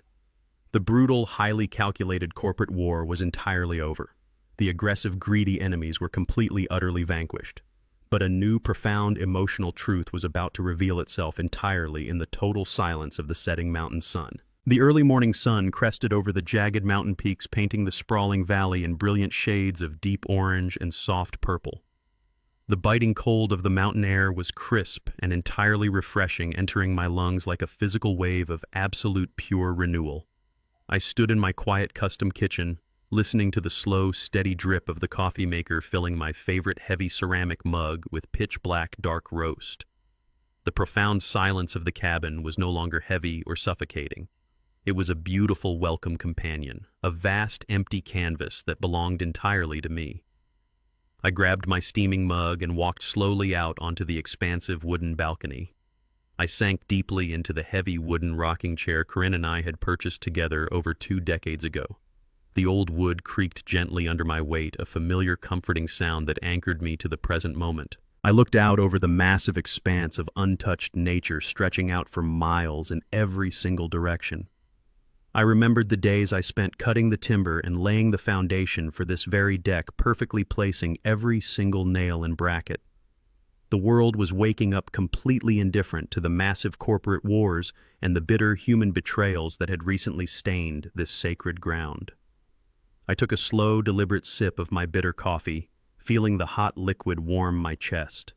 The chaotic storm had finally passed completely, and the new dawn was absolutely flawless. The deep, peaceful silence of the morning was gently interrupted by the soft buzzing of my secure cell phone resting on the small wooden side table. I glanced at the glowing screen and saw Sullivan's secure encrypted number flashing brightly. I picked up the device and answered, knowing my ruthless attorney rarely called this early unless he had a final, definitive update on our ongoing legal demolition. Sullivan greeted me with his usual crisp, professional tone, completely devoid of any unnecessary pleasantries. He called to deliver the absolute final status report on the scattered remains of the Mercer family empire. He informed me that the federal bankruptcy courts had officially seized the last remaining assets belonging to Richard and Patricia Mercer. The arrogant, fake wealthy couple who had sneered at my rustic cabin and treated me like a lowly servant had been violently evicted from their luxury city penthouse. Sullivan tracked their financial footprint and confirmed they were currently renting a tiny, dilapidated ground-floor apartment in a notoriously dangerous, impoverished neighborhood on the far east side of the city. Their fancy leased vehicles were repossessed and their elite country club memberships were permanently terminated in profound public disgrace. Patricia was reportedly working as a low-level customer service representative, taking angry phone calls from furious retail shoppers just to pay for basic groceries. Sullivan then shifted his clinical report to the current status of my former daughter. Jada had completely failed to secure any high-level corporate employment due to her massive, highly publicized federal fraud indictment and her catastrophic credit score. Sullivan proudly reported that his private investigators located her working the graveyard shift as a basic checkout cashier at a massive discount grocery store. She was forced to scan cheap generic food items under harsh buzzing fluorescent lights for minimum wage, while 100% of her disposable income was being aggressively and automatically garnished by the federal government to pay off the $500,000 debt Logan had anchored to her name. She took public transportation every single night to a tiny rented room she shared with 3 loud strangers living a life of absolute grinding poverty. She stood on her swollen feet for 10 hours a day dealing with rude customers and abusive managers, completely stripped of her designer clothes and her elite social circles. I listened to Sullivan's entire, highly detailed report without saying a single word. I did not feel a sudden rush of vindictive joy, and I certainly did not feel a single drop of lingering fatherly pity. I simply felt the cold, hard satisfaction of absolute, perfect, universal equilibrium. They had aggressively tried to steal the hard-earned fruits of my entire life, and now they were forced to choke on the bitter harvest of their own toxic greed. I thanked Sullivan for his exceptional service and calmly ended the call, setting the phone face down on the table. I leaned back in the sturdy wooden rocking chair, staring out at the gentle mist rolling slowly across the pristine mountain lake in the distance. For my entire adult life, I had operated under the completely false assumption that blood was an unbreakable sacred bond that demanded endless sacrifice and profound unconditional forgiveness. I had let my deep grief over losing Corinne blind me to the dark, undeniable reality of my daughter's toxic entitlement. I thought my ultimate duty as a father was to provide a massive, impenetrable financial shield to protect her from the harsh, unforgiving realities of the adult world. I worked 80-hour weeks negotiating brutal commercial real estate deals just to ensure she never felt the painful sting of poverty I grew up with. But I completely failed to realize that constantly shielding a person from the natural consequences of their own terrible actions only breeds a monster. True family is not defined by shared genetics or a common last name. True family is built entirely on mutual respect, deep, unwavering loyalty, and a shared foundation of solid moral integrity. Letting go of Jada was undeniably the hardest physical and emotional task I had ever endured, but it was also the most profoundly necessary action of my entire life. Respecting my own legacy and protecting the sacred memory of my late wife was infinitely more important than maintaining a deeply toxic relationship with a parasite who wore my daughter's face. My wealth was now secured entirely for the Jackson Foundation, where it would fund the brilliant futures of young, struggling students who actually deserved a fighting chance. I had finally learned the ultimate brutal lesson of my golden years. You cannot ever buy true love, and you cannot ever negotiate with greedy, relentless evil. You can only cut the infection out entirely and let the wound heal in the fresh, clean air. I stood up from the creaking rocking chair and walked over to the thick wooden railing, taking one last deep breath of the freezing mountain pine air. I left the empty ceramic coffee mug on the small side table and walked down the wide wooden steps toward the dirt path leading directly to the private lake. I grabbed my old, worn fishing rod from the side of the house, feeling the familiar rough cork handle slip perfectly into my palm. I walked slowly down the winding trail, the morning dew soaking the bottom of my heavy canvas coveralls and dampening my leather boots. I reached the long wooden dock that stretched far out into the clear water. The surface of the lake was absolutely perfectly still, reflecting the towering green pines and the bright blue sky like a massive, flawless mirror.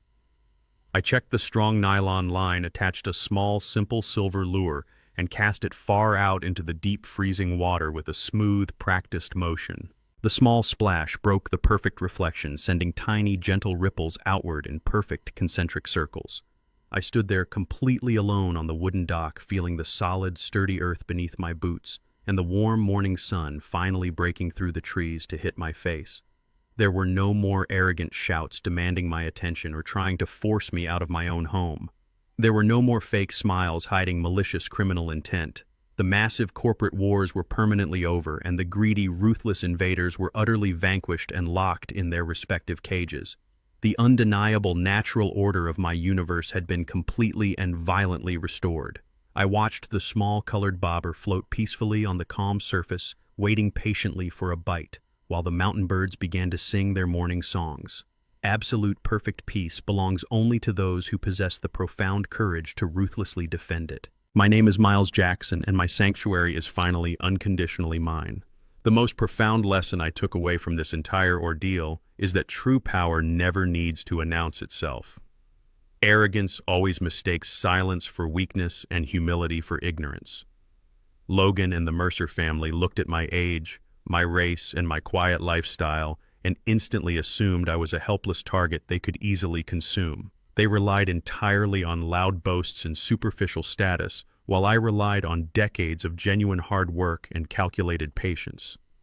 True strength is built in the shadows through resilience and grit, not bought on credit to impress strangers. Never underestimate the quiet ones.